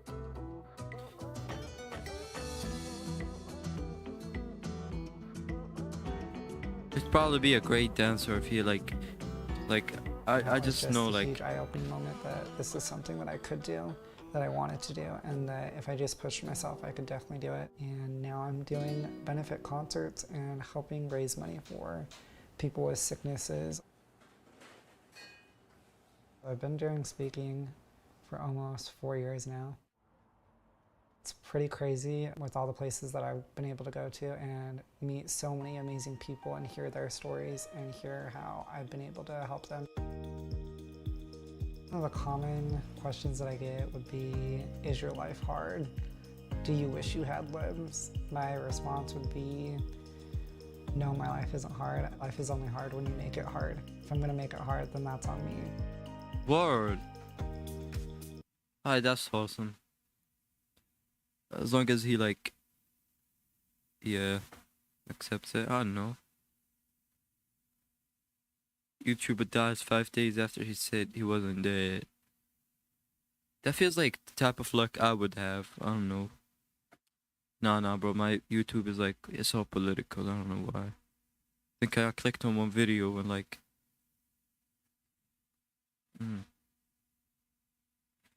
8-year-old manipulates kidnapper and traps him at Denny's. That's insane. I'm gonna watch that. If you want to make money online as an affiliate marketer, you may find this a little bit controversial, but we've stumbled across a way to earn reliable paychecks week after week. Pay attention to the little girl in the blue shirt. To someone walking by, this might look like a normal interaction, a father stopping at a gas station with his daughter and buying her a drink. But notice how she is keeping her distance from the man, crossing her arms, and avoiding eye contact with him. Behind this security footage is a disturbing secret. She calls this man dad, but he is not her father. I've got a little girl here with a tall gentleman, and she looks so much like that Shasta, and we're not sure. You know, I don't know. It's just something weird to me. The girl looks exactly like the little girl. It's July 2nd, 2005. Almost 2 months ago, 8-year-old Shasta Groney and her brother Dylan disappeared near Coeur d'Alene, Idaho, and there's been a killer on the loose ever since. I don't think anything prepared me for the experience in the Groney murder investigation. It's the type of case that I go home and have nightmares about. He would pass by a location that clearly children lived there. He sees Shasta playing in the front yard and surveils the house. He had thought about everything to make sure that he was going to commit the perfect crime. But at just 8 years old, Shasta outsmarts an obsessed serial killer and makes sure he will never terrorize anyone again. Shasta had an amazing ability to control him. It was Shasta that orchestrated her own rescue. Just outside of Coeur d'Alene, Impressive. Idaho, 8-year-old Shasta Groney lives with her 2 older brothers, Dylan and Slade, her mom Brenda, and Brenda's boyfriend, Mark. Shasta's parents divorced when she's only 2 years old, and they don't have much money, but they enjoy their life as a tight-knit family. My mom loved music. We would just dancing around the living room, and she always wanted to cook and have food on the table every night when everyone was home, and I helped her cook a lot. Shasta and her 9-year-old brother Dylan are inseparable. They often spend their time with their family going camping, fishing, and playing outside together. I've never met anybody in my life that was like him. He was friends with the kids that got picked on, but then he was also super popular. He was my best friend. No one could imagine what was in store for the Groney family. It's 6 a.m. Okay, on that's May better. 16th, 2005. Shasta is sleeping in her room when her mom frantically wakes her up. She had actually come into the room and said that there's a man here that doesn't want us to be here. Shasta tries to understand what's happening. She follows her mom into the living room where she sees a man with a shotgun. At first, Shasta thinks he's a police officer, but when he That's tells them to scary. lie, What the fuck? Imagine waking up with your mama and there's a guy in the living room with the shotgun, bro. Like what the? face down Bro, on the that's- ground and uses zip ties and duct tape to bind their hands together. Okay, there is something I just don't get. Like when you tie somebody's mouth with like a rope or like anything, they can like when you open the mouth, like how can I like wait, I got a cable here. This might help me demonstrate what I mean. Wait, hold on. Yeah, like when you tie someone's mouth like this, they can like open the mouth like this, and like they can like scream. Like, what's the point? Like, you know what I mean? Like, I've seen this in movies like a lot of times. Like the victim can literally like open the mouth and like it's obvious like they can scream. It's not black and none. Yes, you might not know how to talk because there's like a little tie like rope on your mouth, but yeah, I don't know. Together, she realizes that something is horribly wrong. My stepdad Mark had said we don't have money. We were hearing bangs, and then he was screaming and yelling. One by one, the man beats Mark, Brenda, and Slade, attacking them each with a hammer. I was in the house with my family members, and I didn't know if they were dead or not. Next, he turns to the 2 youngest kids, Shasta and Dylan, but he has different plans for them. He grabbed me, picked me up, and took me into the backyard and laid me under the tree next to my brother. The kids have no idea what the attacker is going to do to them or why they've been separated from the rest of their family. Suddenly, their brother Slade stumbles out of the house, injured, but desperately trying to escape. The man chases after him and beats him more. When he stops, Slade is barely alive. He was sitting on the picnic table, and he was just, sitting up, and then he just laid down. The Oh man my puts the God. 2 youngest kids in the car. They can only watch in horror as they drive away, not sure of the fate of the rest of their family. He drives them almost 100 miles away to a remote campground outside St. Regis, Montana, in the Lolo National Forest, where he reveals what he did. He grabbed the hammer. He said, "See this hammer? This is the hammer that I murdered your mom and your stepdad and your brother with." And he was like, "They're not alive and you're never gonna see them again." Stop. If you want to make money online, Oh stop my watching God, that's YouTube fucked videos up. designed to get the most views, make Shut the fuck up. Back at the ads. house, a neighbor Nobody cares stops about by. ads. Nobody cares about. If you're not an advertiser for me, nobody Planning cares. on dropping in for a quick visit, but as soon as he sees the home, he calls the police immediately. I went to the door to pay the little kid $10 for mowing the lawn, and there's blood all over the door. Nobody comes through the door. Through the Police door. arrive, discovering the Nobody worst go. crime they've ever seen. I don't think anything prepared me for the yeah. experience in the Groney murder investigation. We have a homicide scene with 1 adult male, 1 adult female, and 1 juvenile male. Our main concern right now are the 2 children we cannot find.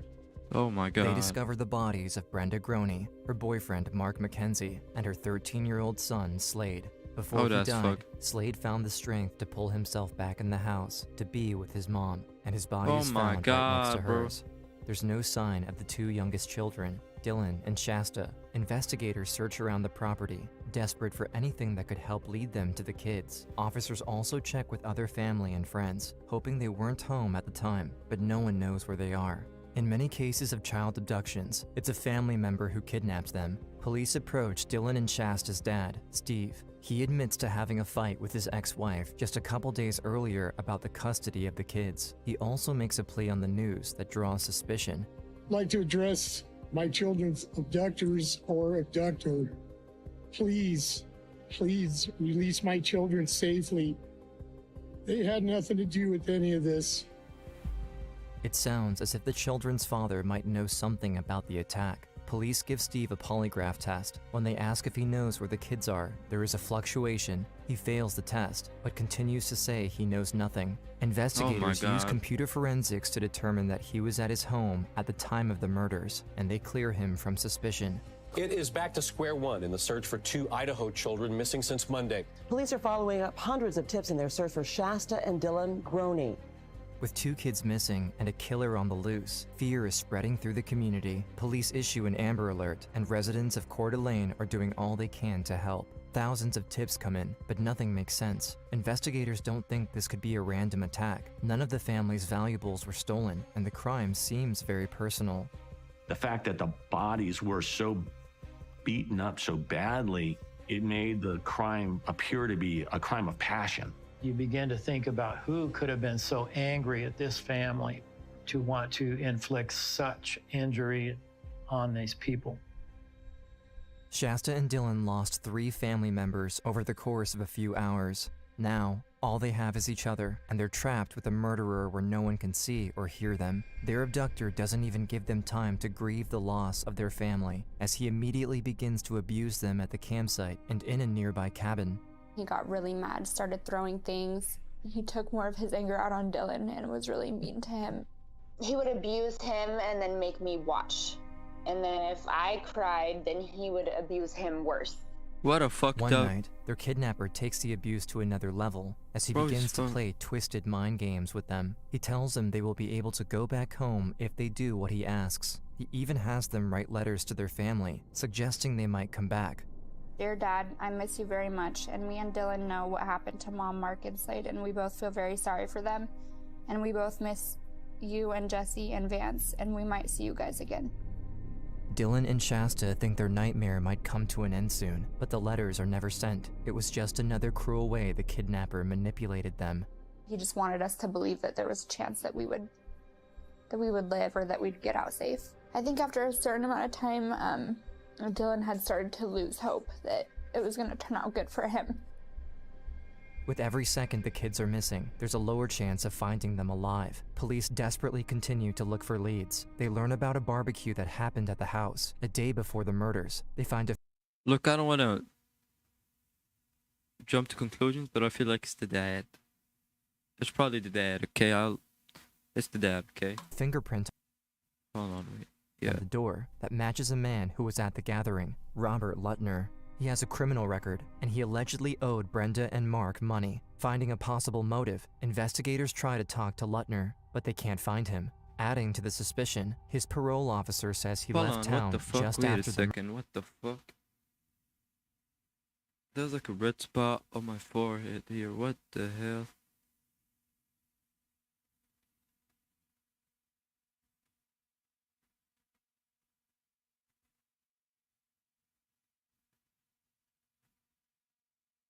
What is this, man?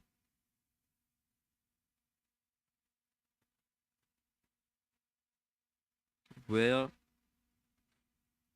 it don't matter. murders. However, when Lutner contacts his parole officer and hears that police want to speak with him, he immediately comes back on his own. If somebody's going to turn themselves in that quickly, it's either going to be somebody who's feeling so much remorse for what they have done and they want to confess to it, or it's somebody that is completely innocent and wants to get it off their back. They question him for hours. He denies having anything to do with it, and he offers to take a lie detector test. He passes. Police don't find anything suspicious, and they rule him out. As every clue in the investigation leads to a dead end, Shasta begins to realize that their captor has no plans to let them go. But she and Dylan depend on each other, and as she sees her older brother lose hope, Shasta knows she needs to stay strong to give him the courage to go on. I said, I promise that we're gonna make it out alive. That was my way of comforting my brother, just letting him know don't tell me that, he died. like, we would never stop fighting. The kids lean on each other to help get through the trauma, but the abuse is far from over. The man begins forcing drugs and alcohol on them, and when he believes they're under the influence, he would freely tell horrifying stories of what he did to other children. He had no clue that the 8-year-old girl would remember everything and eventually use it to take him down. He very vividly and in detail described murders of 2 sisters from Seattle, Amija White and Carmen. He would tell us the way that he had done it, where he had placed their bodies. When he had started telling us about the murders, I was like, okay, well, I'm gonna pretend like I'm drinking this. What a As Shasta smart learns about the kid. man's past crimes, she comes up with a plan. actually She smart. knows he feels some kind of connection to her, and she decides to use that against him by acting like she's his friend. I would ask questions about his life, ask him about his family, and could I What meet the them fuck one do you day? mean by It was a connection? conscious thing, like, He just me to murdered make her him family. think that I love him or that I want to be here with him. At first, her questions seem to be working. The man even starts acting a little nicer to them, but a month into the kidnapping, things take an even more tragic turn. The captor had told the kids that if they caught a squirrel, they would be able to go home. It keeps returning to the campsite, just out of reach. Finally, Dylan is able to catch the squirrel. After completing the challenge the man gave them, they have new hope that this all might be coming to an end. They think their abductor is having them pack up to go back, but again, he lied to them, and Shasta's brief moment of relief with Dylan immediately comes crashing down. I had just given him a hug, and so I was holding his hand, and I heard a loud bang. And then I felt my brother's hand slip from mine. I couldn't even say anything. Like, I couldn't scream. I just didn't even know what to do. The man shoots Dylan twice, right in front of Shasta. What a fucking monster. What a piece of shit. What a fucking bitch ass, man. She has lost everything. He came up to me and was crying. He said it was an accident. He didn't mean to. I didn't know what the first shot was, but I knew that the second time was on purpose. He said that he did it so that Dylan wouldn't have to feel pain. She has just had to watch another brother get killed, and now the deranged man forces her to help him move Dylan's body onto a tarp, where he burns it. Dylan and Shasta were helping each other to go on, but now the little girl is left all alone to face what no 8-year-old should ever have to go through. I was just confused, and I remember, like, Oh, she's just I a think baby, for about bro. a week I just didn't talk. I couldn't talk. I couldn't say anything. I was just frozen. 6 weeks since the kidnapping, Shasta's captor decides to move her to a different campsite. At first, they were in a remote spot where no one could see or hear them, but after her brother's murder, he takes her to a lower point on the mountain. As she's chained up inside the tent, she can even see people passing nearby. Shasta is desperate to escape, but the man continues to threaten her. She knows he will kill her if she tries to get the attention of the strangers, so she stays silent. One night, even after Shasta has been following all of his orders, he decides that he needs her gone.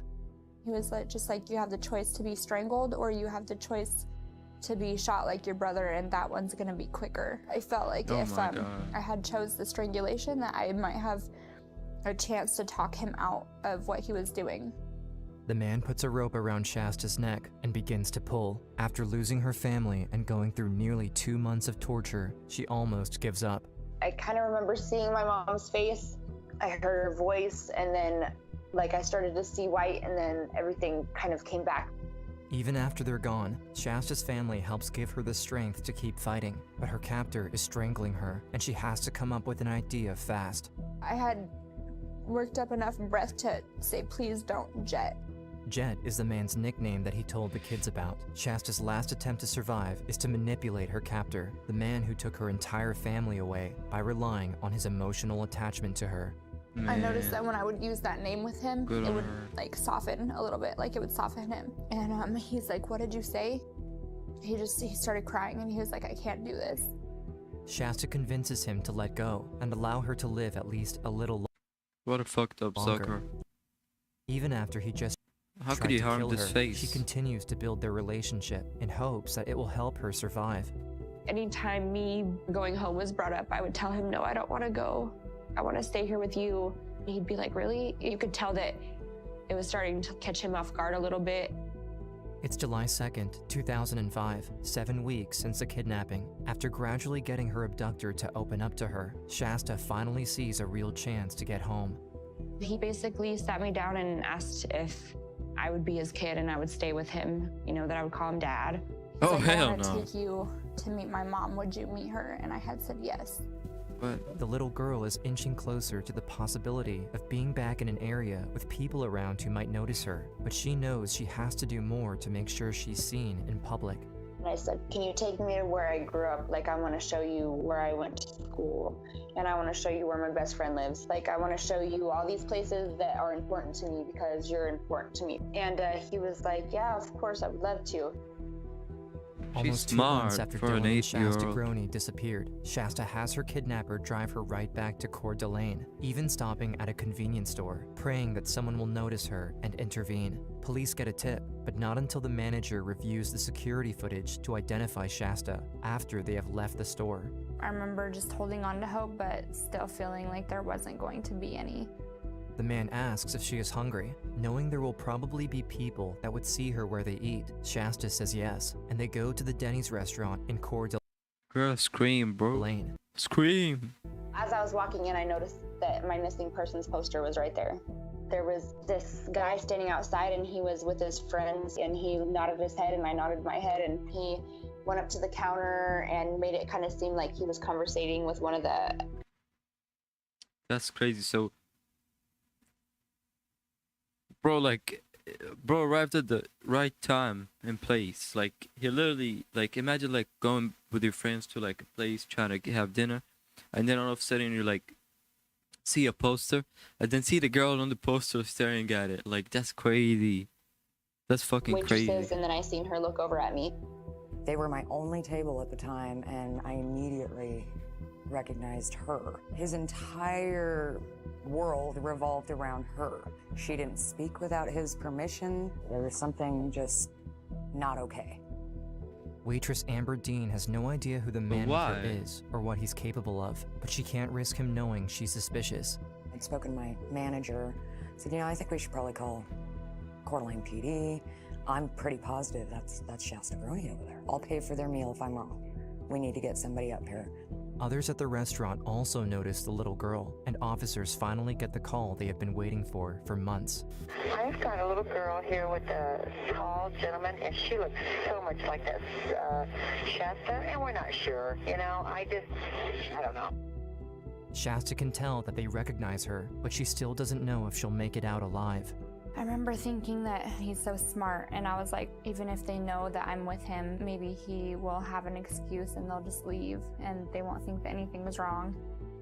Everyone is waiting for the police to get there, but the man is ready to leave. If he gets away with the girl, there's no telling what he'll do next. The people at Denny's spring into action. Amber pretends to have problems printing the check so that he'll stay in his seat longer. Others in the restaurant position themselves so they can stop him at the door if he tries to get out. Finally, the police arrive and ask her for her name. After the little girl says who she is, they immediately take the man away, and she can breathe a sigh of relief. The whole entire restaurant started clapping. Like, they all knew who I was. They all knew that I was a missing person, and like it was kind of like they all played a factor into W, man, my W. W Denny's. Before they even leave the Denny's, Shasta tells the police that the man with her is the one who killed her family and abducted her. He is 42-year-old Joseph Duncan, a level 3 sex offender. He was only 15 years old when his first sex crime was recorded. In 2004, he was charged with molesting a boy in Minnesota, and he is Bro.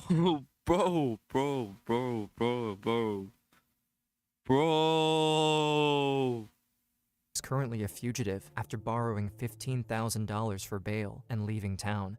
Police investigate the car Duncan had been driving, which was stolen. They find a shotgun, along with video equipment with recordings of Dylan and Shasta while he was holding them captive. Shasta is finally safe, but Dylan is nowhere to be found. Duncan immediately goes silent, and officers can't get any information from him. They have to turn to the little girl. She immediately opens up, revealing what happened to her brother. She goes on to explain the unimaginable horrors that she and Dylan went through over the past 7 weeks. The thought of an 8-year-old girl having to observe this and then having to relive it to an investigator Horrible. after the fact is just amazing to me. Horrible. She witnessed things that grown people would be traumatized for the rest of their lives and never be able to speak about. Shasta finds an incredible amount of strength to tell her story, and she even reveals the information that Duncan told her about other murders. I remembered everything. Tough little and then girl. when I was found, I told the investigators what he had told me.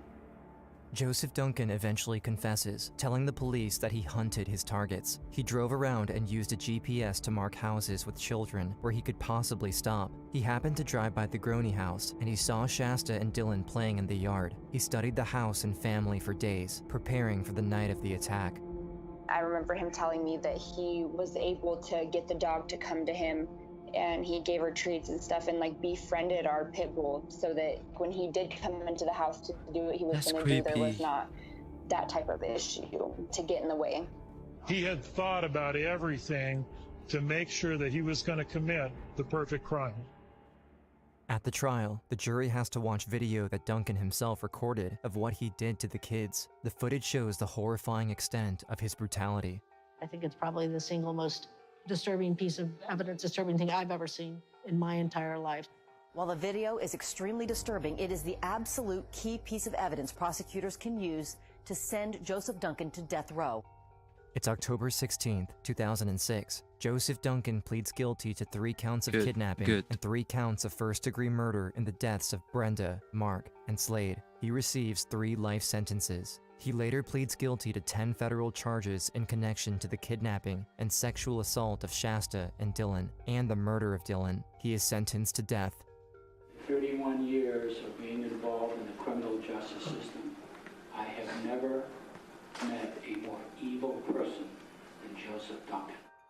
He is sent to federal prison in Terre Haute, Indiana, and he is on death row until March 28, 2021, when he dies from brain cancer. Shasta is finally free of the monster, and she begins the long healing journey. The community comes together to celebrate her late brother Slade's birthday.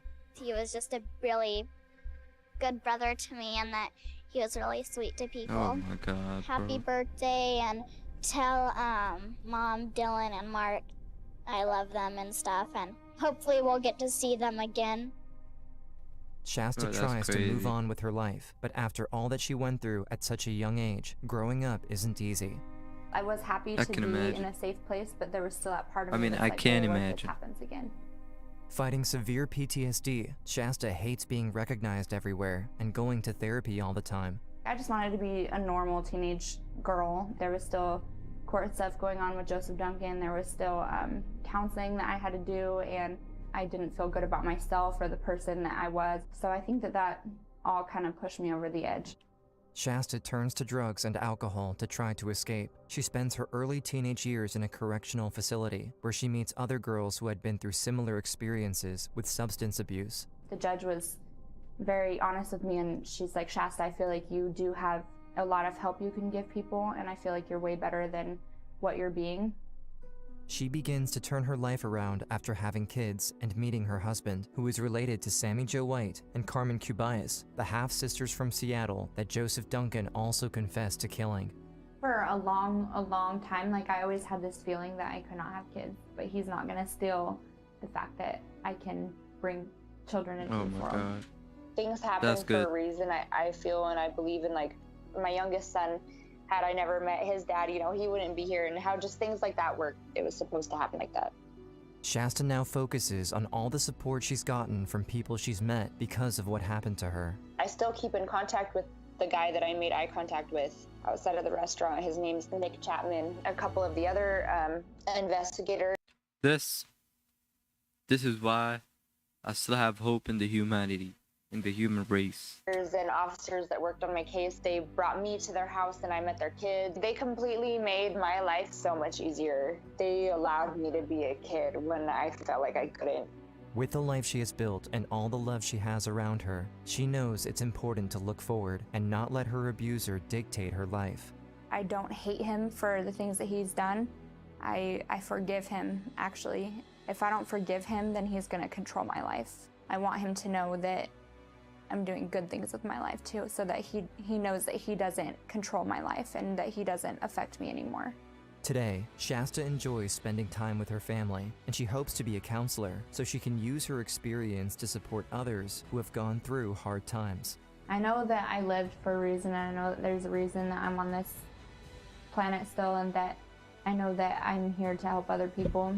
If there's Shasta. anybody in the world right now that's being abused and they hear that I'm giving up, what would that do for them? Hell yeah.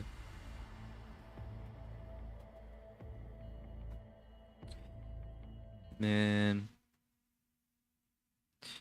Such a sad story. Mr. Beast, bro. This guy.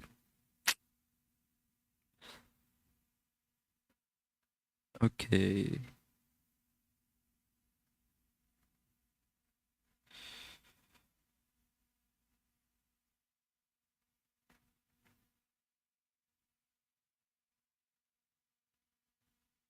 What is this? If you're Okay, starting let's- your university No, no, no, no, application no, process, no.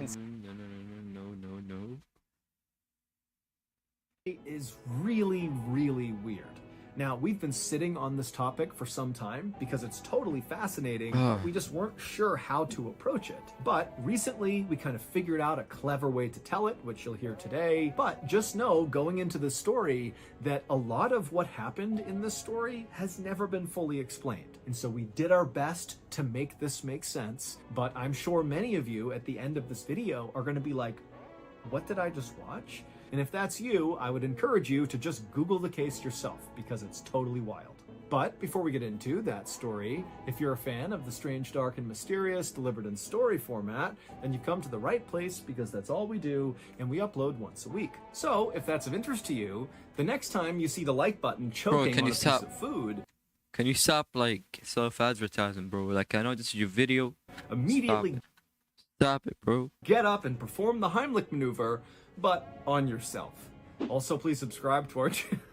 That's so stupid. What is Also, bro please subscribe talking to our about? channel and turn on all notifications so you don't miss any of our weekly uploads. Okay, let's get into today's story. W, Mr. Ballin.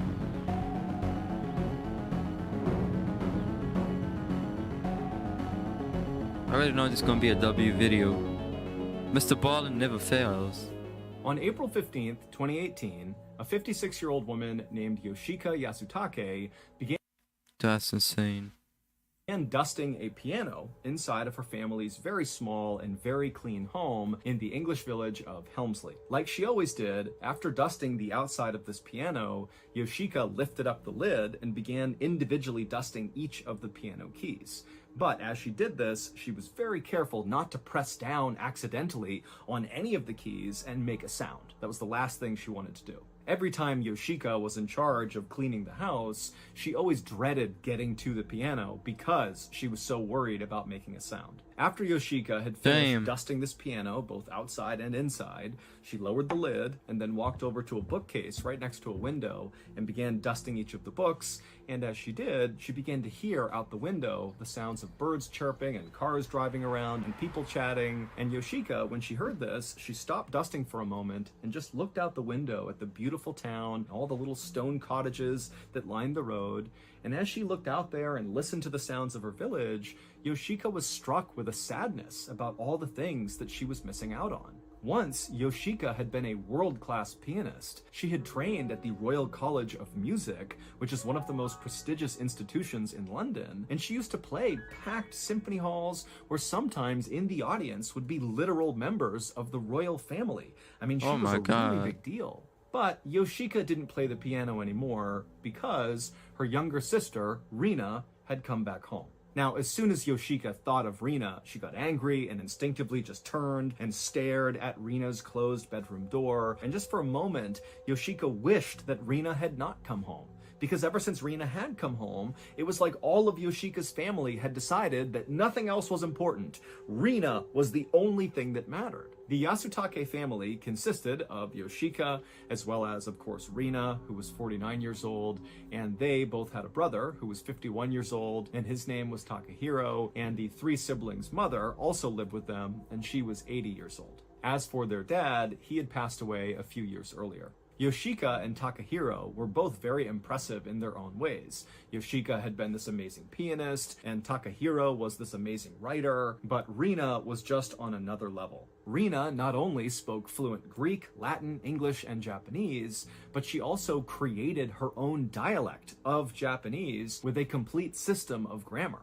Rina was also this unbelievable artist, and everybody wanted to buy her paintings, but Rina would never sell. Or if she did, it was quite rare, but that only created lots of hype around her artwork. It was like so valuable to get your hands on one of Rina's paintings. As a child, Rina had been awarded all these scholarships to all these prestigious private schools, and then after graduating high school, she was given a full-ride scholarship to the University of Cambridge, which is one of the most prestigious universities in the world. And so everybody assumed Rina was on track to become this world-famous artist. But there was something dark inside of Rina that no one could quite place. It only came out when she would have these sudden outbursts of anger, and people would see this side of her that just didn't line up with the rest of who she was. But these flashes of anger would often pass quickly, and so people kind of wrote it off as a byproduct of extreme genius. It was like her brain just sometimes couldn't quite handle how smart she was, and she would get mad and frustrated. But when Rina graduated from the University of Cambridge and came back home, she just was totally different. It was like something inside of her had snapped and stayed broken. A couple of days after Rina had come home, she had one of those sudden outbursts of anger, but Rina's anger never went away. She just stayed mad for days and days, and her family began asking her, like, what has gotten you so upset? But Rina refused to talk about it. And eventually, Rina just locked herself in her bedroom in the family home, and she would stay inside of there, refusing to talk to her family for weeks. And then when she did finally emerge after several weeks, it was clear Rina was just different. She basically refused to speak to anyone, family included, unless it was absolutely necessary, and she really never left the house or even her room unless it was totally necessary. And it would turn out this was not some post-college phase Rina was going through. This would become Rina's life. She basically became a total recluse inside of that bedroom for decades, to the point where the family's neighbors didn't even know Rina existed because she basically never came out of the house. Yoshika stopped staring at her sister's closed bedroom door and turned her attention back to the books on the shelf. She finished dusting them, and then after she was done cleaning the house, and so she put the duster down, and Yoshika very quietly tiptoed her way over to Rina's closed bedroom door, and very quietly she knocked. Rina hated loud noises, which is why Yoshika was no longer allowed to play the piano, because it was too loud for Rina. After Yoshika gave this light knock, she began counting in her head to 30, because Rina had told her, you do not come in right away. You knock, and you wait 30 seconds at least, and then maybe I'll let you come inside. And so Yoshika, she's counting in her head, 1, 2, 3, she gets to 25, 26, 27, and then from inside the room, Rina would tell Yoshika, okay, you're allowed to enter. Yoshika very slowly reached down, she turned the knob and opened up her sister's bedroom door, and it revealed this totally dark room, this very small, cramped space. All the shades and blinds had been drawn, and Rina was sitting on her bed, completely silent. And Yoshika, she kept her head down, being very careful not to make that's eye contact creepy, with bro. Rina. What kind of She didn't sister want to is upset that? her. And Yoshika, she What walked kind of into sister is that, bro? Like, imagine like having to deal with someone like this. Someone who just went the room. She made her way to the table, and she scooped up all of Rina's dirty dishes. And then Yoshika, she turned around and began walking out again. And as she did, she tried to take a quick glimpse at whatever Rina was working on in her bedroom, because Rina had told her family that she was working on this master work, but wouldn't really elaborate on it. And in order to work on this thing, she needed the room to be dark and the house to be silent, and she needed to focus exclusively on this master work, and the family needed to support her as she did this. But again, Rina just never really elaborated on what this masterwork was. She would just say that it was very special, and it would combine all the elements of her life, her spirit, her body, her soul. Even the family would be a part of building this masterwork. And when her family asked her, well, what do you mean? How can we support you in making this master work? Rina would just say, oh, you'll know when the time is right. Yoshika couldn't get a glimpse of the masterwork, and so she quickly turned her head back down to the ground and shuffled her way out of Rina's room and shut the door behind her. That sounds so sketchy. Yoshika, she went to the kitchen and she dumped Rina's dishes in the sink, which was totally clean to begin with, because one of Rina's rules was the house must always be immaculately clean, no dirty dish, no dust anywhere. I mean, it had to be perfect, spotless at all times, because that's the only way Rina could work on this masterwork.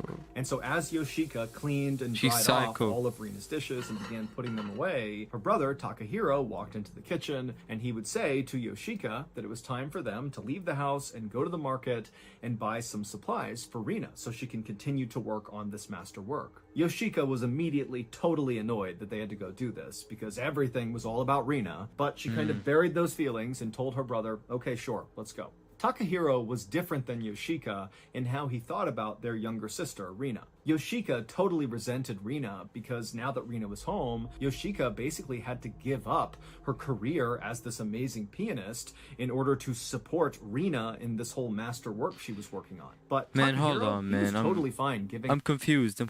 Which one is the pianist? I'm just confused. So, Rina is like... It's supposed to be like what? Like, hold on, man. I'm up his writing career confused.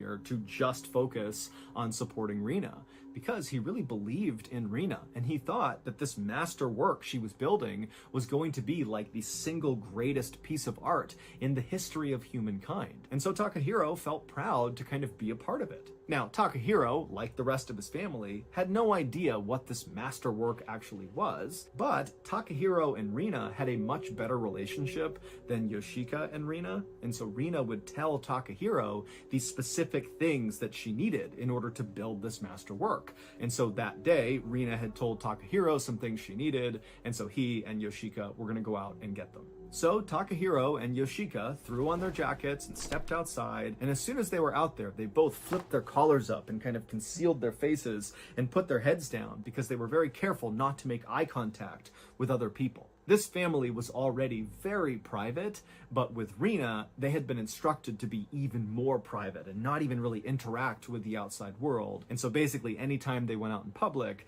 they would kind of hide themselves. And so Yoshika and Takahiro, they made their way to the pharmacy, they ducked their way inside, and they would purchase a bottle of surgical spirits, which is sort of like a medical alcohol. And then after buying that, the brother and sister put their collars back up, headed back outside, and they went to an old used bookstore and they bought a book on palm reading, which is the art of studying the lines on your hands in order to tell someone's future. And when the brother and sister bought this book, even though the cashier was talking to them, they kept their heads down and didn't say a word to the cashier. And then after getting their book, the brother and sister hurried their way back home. And when they got there, the door was locked, but instead of pulling out a key and unlocking the door of their own home, the brother and sister knocked and they waited. And then at some point their mother came to the door and they heard 4 locks turning. The door opened up and then Yoshika and Takahiro walked inside and they shut the door and then locked again the 4 deadbolts. Rina was adamant that no one in the family could carry around a key to the house. It was too dangerous because they could potentially lose the key in town and then someone could come into their house and potentially see Rina's master work, and they couldn't have that happen. And so nobody had keys. They had to knock each time they came home. And the reason they had 4 locks on the door was, again, because Rina was very worried about somebody coming into this house and seeing what she was doing. Yoshika carried the bag with the supplies inside of it, the surgical spirits and the palm reading book, over to Rina's closed bedroom door. And instead of knocking, Yoshika just placed the bag right outside the door. She turned around and began walking away. And then as she did, she heard the sound of Rina's door opening just a crack. And Yoshika, she quickly turned around and she saw a tiny skinny arm reach out from behind the door. It grabbed the bag and then pulled the bag back into the room, and the door shut and locked. Oh my god, that's scary. Last year, me and old Who's that, bro? Last year, me and old Single Lung were camping out on the summit of one of Louisiana's many mountaintops. Oh my God. When suddenly we heard a small ruckus coming up the side of the mountain. Worried it was a rogue salmon who had learned to breathe air and walk on land, and it was now coming up here to consume me and Seagull Lung, we didn't hesitate. We drew our machetes and began blindly swinging them around, shredding our tent to bits and severely wounding ourselves in the process. But after those 45 minutes were up and we opened our eyes and we dropped our machetes, we looked around and realized there are no rogue fish because they don't exist. This was a bit of an overreaction. And so now, staring down a very cold and miserable night up in the mountains without our tent that we destroyed, Seagull Lung and I did the only thing anyone would do in this situation. We signed up for DraftKings. Now, did this save us from the deadly cold that night? No, we literally died.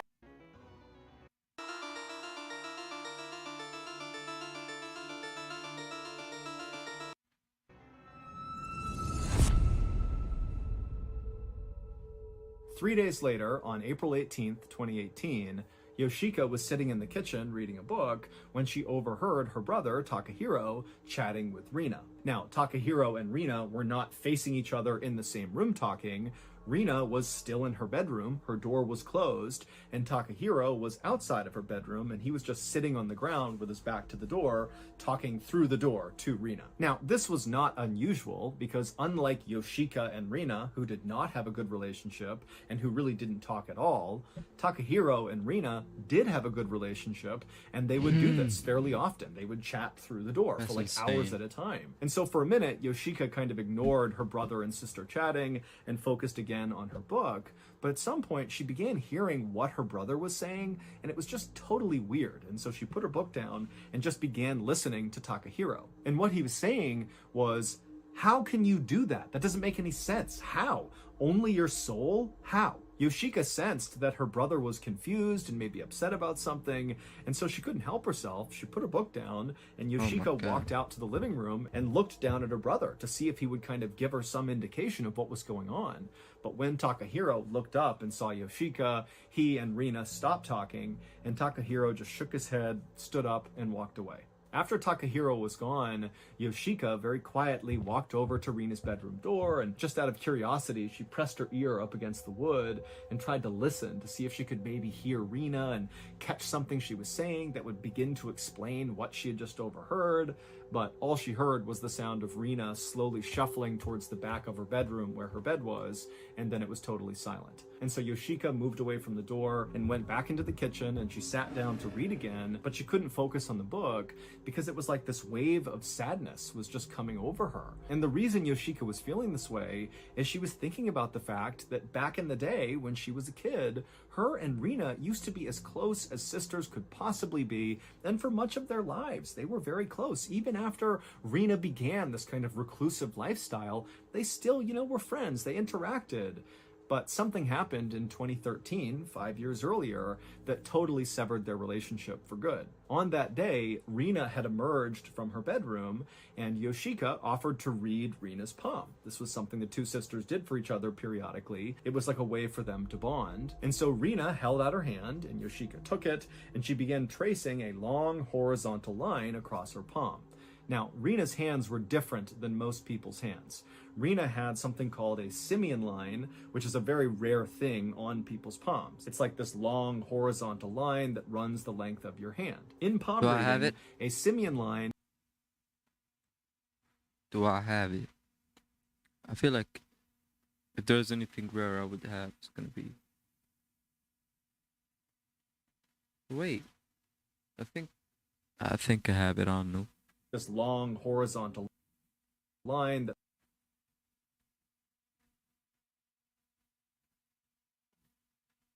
Yeah, I think. No, I'm probably just tripping. There's no way I have it. Hold on.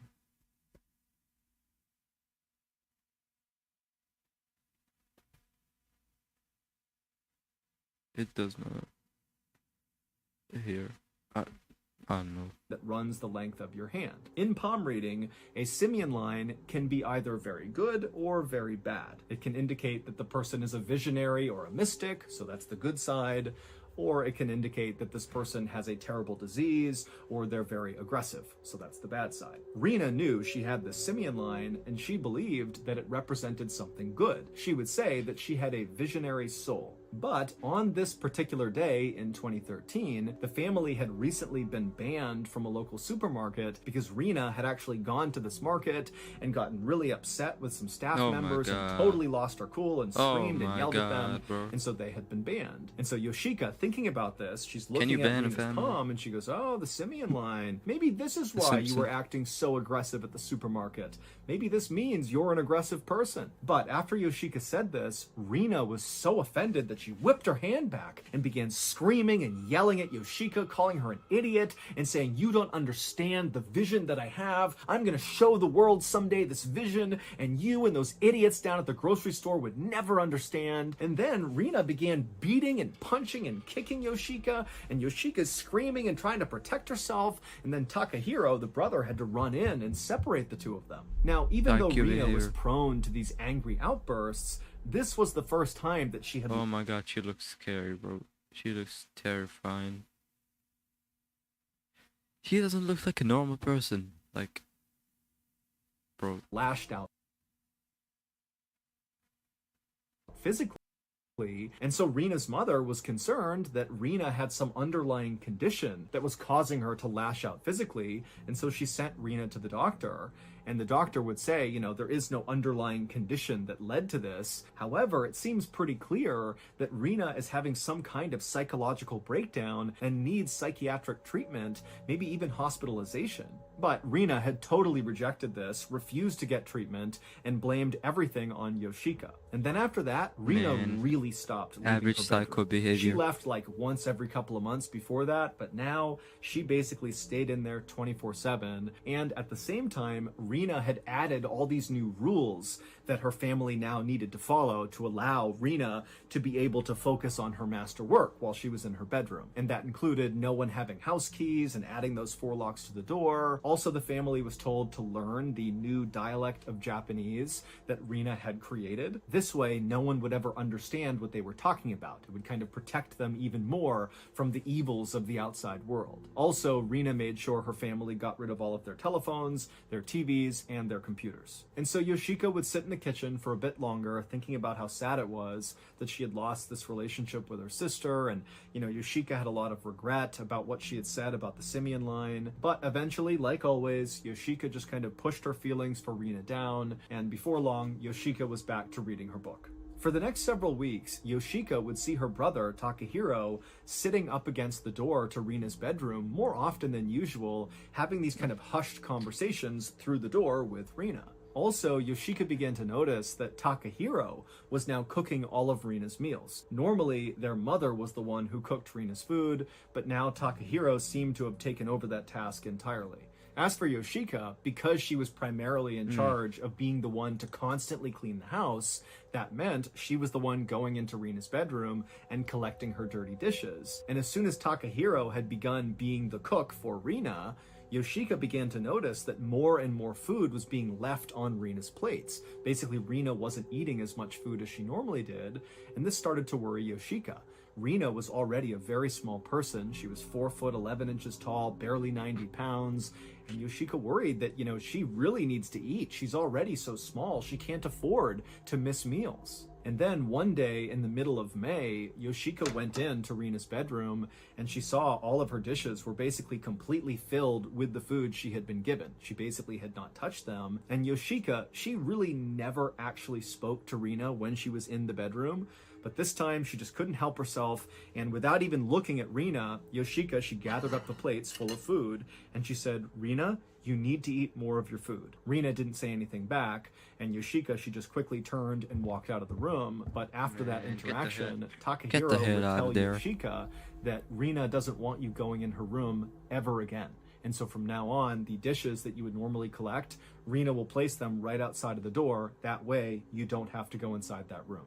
Also, around the same time, Rena, who normally would only leave her bedroom to go use the bathroom, well, she began going to the bathroom exclusively at night when her family was asleep to avoid any interaction with them. And so by this point, Rena's interactions with her family were reduced to basically zero. By early August, Takahiro and Yoshika were being sent to the store more and more often by Rena to get more of these surgical spirits, the medical alcohol. Now, neither Takahiro nor Yoshika had any idea what Rena was doing with these surgical spirits, but hell no. they knew it was their duty to support her, and so they kept buying them. And what they would do is they would come back home with these bottles, and Takahiro would barely open Rena's door, and he would tuck the bottle inside, and then Rena would take it, the door would shut, and then Rena would never give them her empty bottle. Basically, the bottle went in, and it stayed inside. Why would you Then, on support this August kind of shit? 18th of 2018, Takahiro and Rena appeared to get in some kind of a fight. Yoshika was in the kitchen, and she saw that Takahiro was sitting against the door of Rena's bedroom, and the two were having kind of a hushed conversation. And then at some point, Takahiro stood up, and he turned around and faced the door and kind of yelled into it, "I told you your soul was not enough." And then Rena said something back to him, at which point Takahiro said, "No, please, please," as if he was kind of begging with Rena to change her mind. And then before Yoshika could come over and ask Takahiro what was going on, Takahiro just opened up Rena's bedroom door and walked inside, and suddenly the house went completely silent. Yoshika was too nervous to walk over and look inside of the room, and so she just stayed in the kitchen and listened. And for 15 minutes, it was absolute silence. And then Takahiro walked out of Rena's bedroom, shut the door behind him, and he looked very calm. And at this point, Yoshika looked over at him and said, "What's going on?" And Takahiro, he would just smile and tell Yoshika that Rena's masterwork is nearly completed. And then Takahiro asked That's Yoshika scary. if she remembered when Rena had said, at some point her master work was going to require some direct help from the family. But she said, we'll know when the time is right for us to participate. And Yoshika would say, yes, I remember that. And Takahiro said, well, the time is now. Then Takahiro told Yoshika that they had to go to the hell store no. and get more surgical spirits.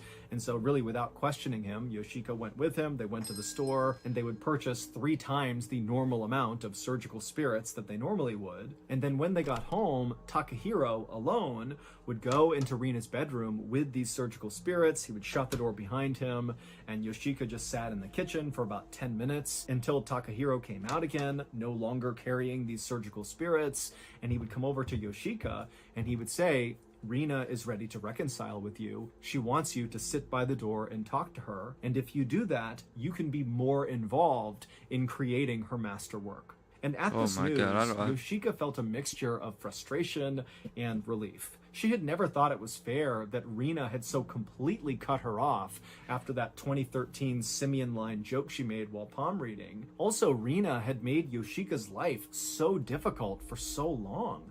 I mean, Yoshika had basically been forced to give up her dreams of playing the piano, and she had to give up her friends and all of her life ambitions and goals to just support Rena. But despite all of that, deep down, Yoshika missed Rena terribly. They did used to be so close. She wanted to have that relationship again. And so Yoshika walked over to Rena's closed bedroom door. She sat down against it, and at first, she didn't say anything, and Rena didn't say anything either. But then at some point, it was like the floodgates just opened, and Yoshika kind of began pouring her heart out about how sad she was, about how her and Rena's relationship had really gone south and how she wanted to fix it.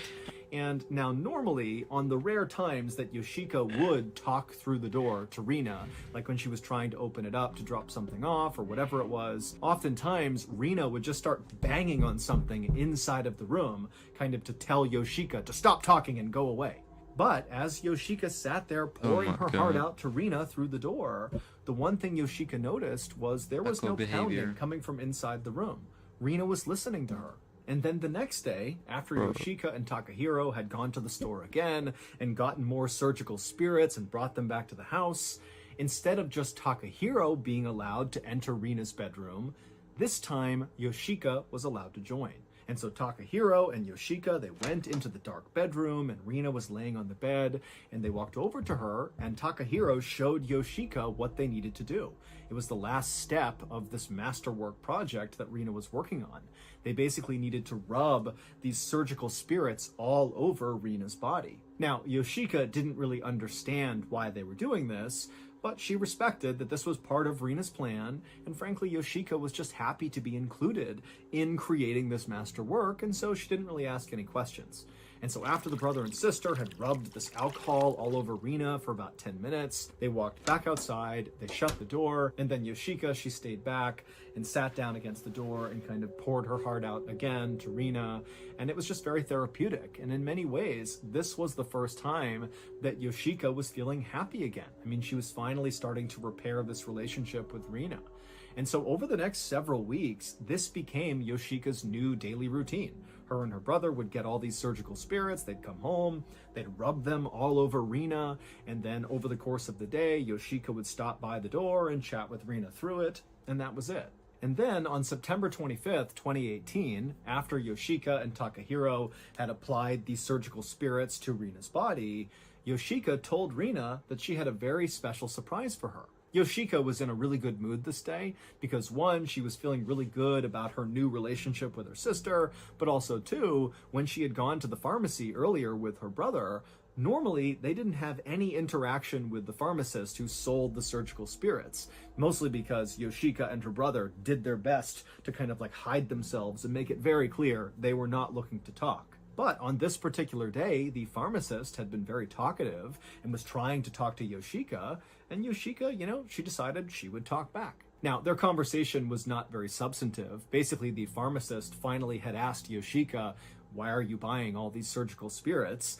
And Yoshika would say, oh, they're for my sister Rina, and, she needs more and more of them every day, and, she's working on something special, and we don't really know what it is, but this is part of it, and we know whatever she's doing, it's going to be worth it. And so even though this conversation seems kind of meaningless, for Yoshika, who had virtually no contact with other people, it was great having that little talk. And so when she came home, she just felt ready to do something special for Rina. And so after Yoshika and Takahiro had left Rina's bedroom after applying these surgical spirits, Yoshika went to go give Rina her surprise. And so Yoshika, she walked over to the family piano that was not far from Rina's bedroom door. And Yoshika, she was nervous, but she sat down on the bench and she opened up the lid and she placed her fingers on the keys. Yoshika's big surprise was she was going to play a song called The Waltz of the Flowers, which is a famous piece of classical music that was inspired by the composer's love for his sister. And so Yoshika thought this was the perfect song to finally play in this house for Rina. She'll see that I love her so much. And so Yoshika, she began to play the song, and as she did, she was constantly listening to see if Rina would start banging on something to tell Yoshika to stop. But again, she didn't. It was quiet. And so Yoshika, she played this beautiful song. And then when it was all over, again, Yoshika's listening carefully for Rina to yell out or be mad that she's playing this loud music in the house. But it was just quiet. And so again, Yoshika just felt this closeness to her sister. And before long, Yoshika felt tears of happiness coming down her cheeks. But then, as Yoshika closed the lid of the piano, she did hear a banging, but it wasn't coming from Rina's bedroom, it was coming from the front door. And then a moment later, Yoshika heard someone scream from outside the front door, "Police, open up!" But before Yoshika could go to the door to open it, her mother had ran to the door. She opened all 4 locks, but then only opened it a crack and tried to yell at the police to go away, go away. But the police, they were kind of pushing on the door, trying to get the mother to get out of the way. And Yoshika, she kind of moved over and looked through the crack, and she saw it wasn't just a couple of police officers. It was a whole army of police officers and firefighters and EMTs. There was an ambulance. And then before long, the police officer that had been yelling, open up, he finally just pushed and got the door open all the way. And then a swarm of people in uniforms flooded the home. And as soon as all these officers were in the house, they immediately began opening up every door like they were looking for something. And then finally they got to Rena's bedroom and they opened the door, and as soon as they did, Yoshika watched as the officers just stopped at the doorway and they began cussing and yelling and turning their faces away. And then the officers went into Rena's bedroom, and then a minute later they began talking on their radio, and then EMTs came into the house with a stretcher. They went into Rena's bedroom, and then before long, Yoshika, Takahiro, and their mother watched as the stretcher came out again with these officers and EMTs, and on the stretcher was Rena, and she looked terrible. Her eyes were sunken back in her head, and her skin was so pale it was practically see-through. I mean, really, she just kind of looked like a skeleton. The real story of what happened inside of that family's home would quickly become international news. And not because Rena was secretly creating a masterwork of art in her bedroom. Here's what really happened. Rena stopped eating food in April of 2018. She would say that the only thing she needed to be nourished was her visionary soul. And so basically, because she had this visionary soul, she didn't need food. That was the conversation that Yoshika had overheard between Takahiro and Rena when Takahiro was saying, "Only your soul? How? Well, he was trying to figure out how Rena was going to survive by being nourished by her soul. It didn't make any sense.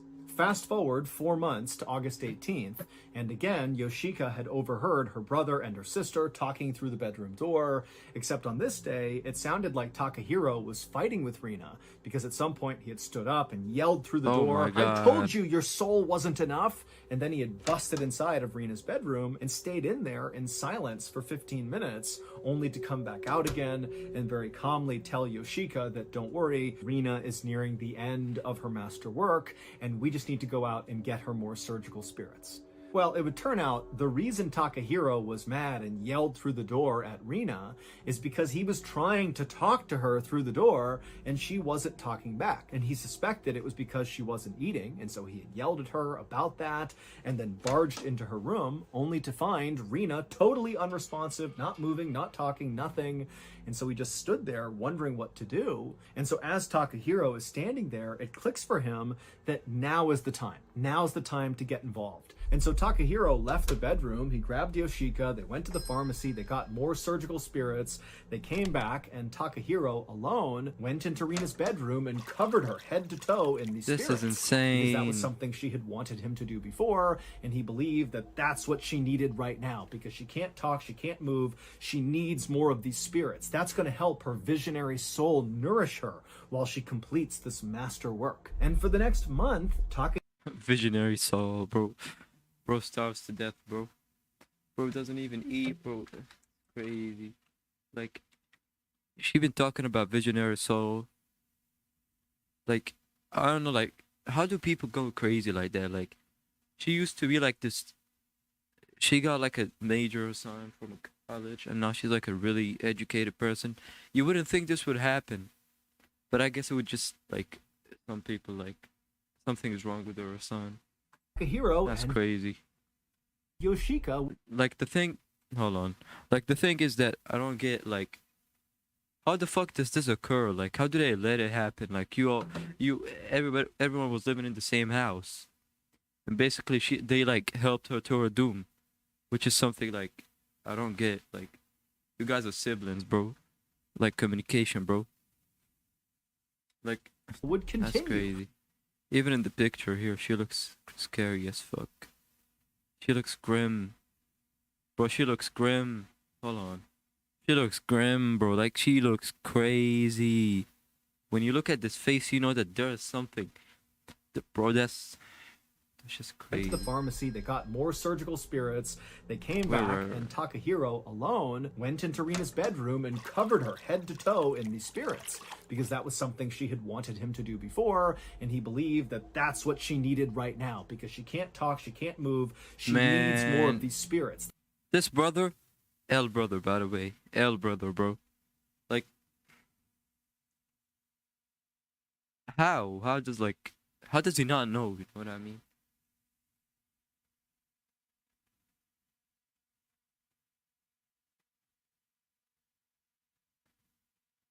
That's going to help her visionary soul nourish her while she completes this master work. And for the next month, Takahiro and Yoshika would continue to apply these spirits to Rina's body, believing they were helping her complete her master work. On September 25th, when Yoshika and Takahiro were at the pharmacy getting more spirits, the reason this pharmacist finally struck up a conversation with Yoshika is because over time, the pharmacist had noticed that every time they came in to buy these surgical spirits, they smelled so bad. And on this particular day, when they came in, the stench was just overwhelming. And so the pharmacist finally had asked Yoshika, like, what are these surgical spirits for? And Yoshika would give this totally weird answer about how the spirits were for her sister and she was working on this master work in her bedroom and it was all going to be worth it. And so when Yoshika and Takahiro had left that day, the pharmacist was just so weirded out and alarmed by them that he called the police. And when the police arrived at the family's home, Imagine. they discovered that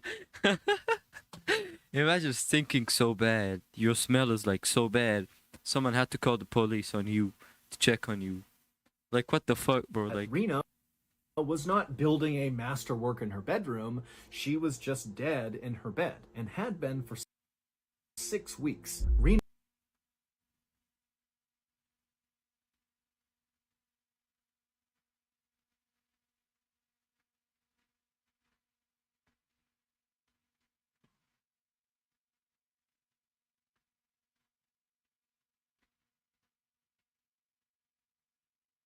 that's insane.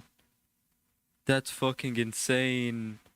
Wait, hold on. So the reason she didn't reply to her, which led like the sister to think that Rina, like she thought like her older sister like liked her again. The only reason she thought that was because she was silent. She wasn't saying anything when she spoke behind the door. But then like it turned out that she died. Rina died. Bro, what kind of W video, bro? Fucking Mr. Ballin, bro. You're like, man, you're too good at this, man. You're too good at this. 18th, which is the day that Takahiro came into the room and discovered her unresponsive, which meant there was never any reconciliation happening between Yoshika and Rina. It's unclear why Takahiro had told Yoshika, hey, Rina's ready to reconcile with you, because again, Rina was dead at the time, so there's no way she would have said anything to him. And so when Yoshika was having these supposed heart-to-heart... Okay, the brother, he must be the crazy one. There ain't no way you... Basically, you see his older sister like doing all of this, and you're just like, "Oh yeah, it's a normal day in Ohio. Oh yeah, nothing. Oh, you want some? You've been hidden in your room for like 10 years now when you never came out. Oh no, bro. It's like, I got you. Don't worry. What you want? I'll go get it for you right now. I won't even make sure you're okay. Damn. Hearts through the door with her sister or playing music for her. That wasn't real. The only real thing that was happening is Yoshika and Takahiro, from August 18th until the end of September when the police busted into their home, they would spend nearly every day rubbing this weird medical alcohol all over their dead sister's body. Bro, the sound effects. The sound effects make it like worse. What they believed she wanted, when in reality, all this alcohol was doing was actually mummifying her body. Yoshika, Takahiro, and their mother were all charged with preventing a proper and decent burial. As for Rina, her cause of death could not... Oh my god, she's grim. She's grim looking. She's absolutely... She looks like someone who would do this crazy shit. What the fuck? Like...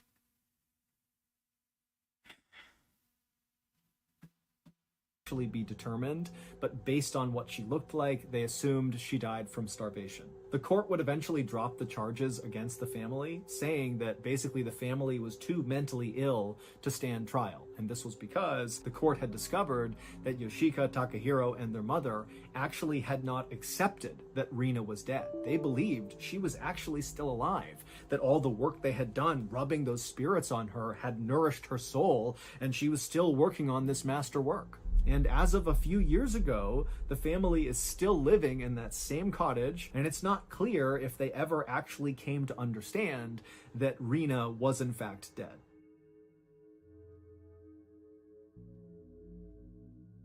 Bro, that's crazy.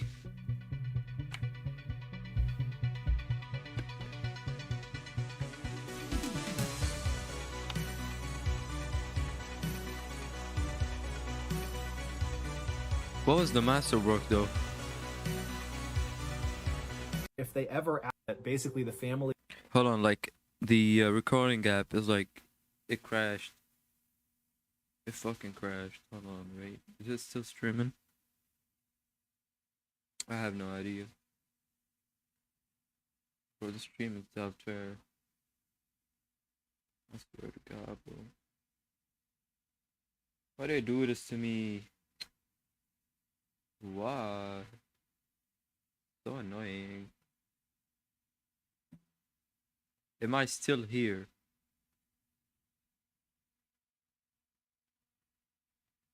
Okay, thank God.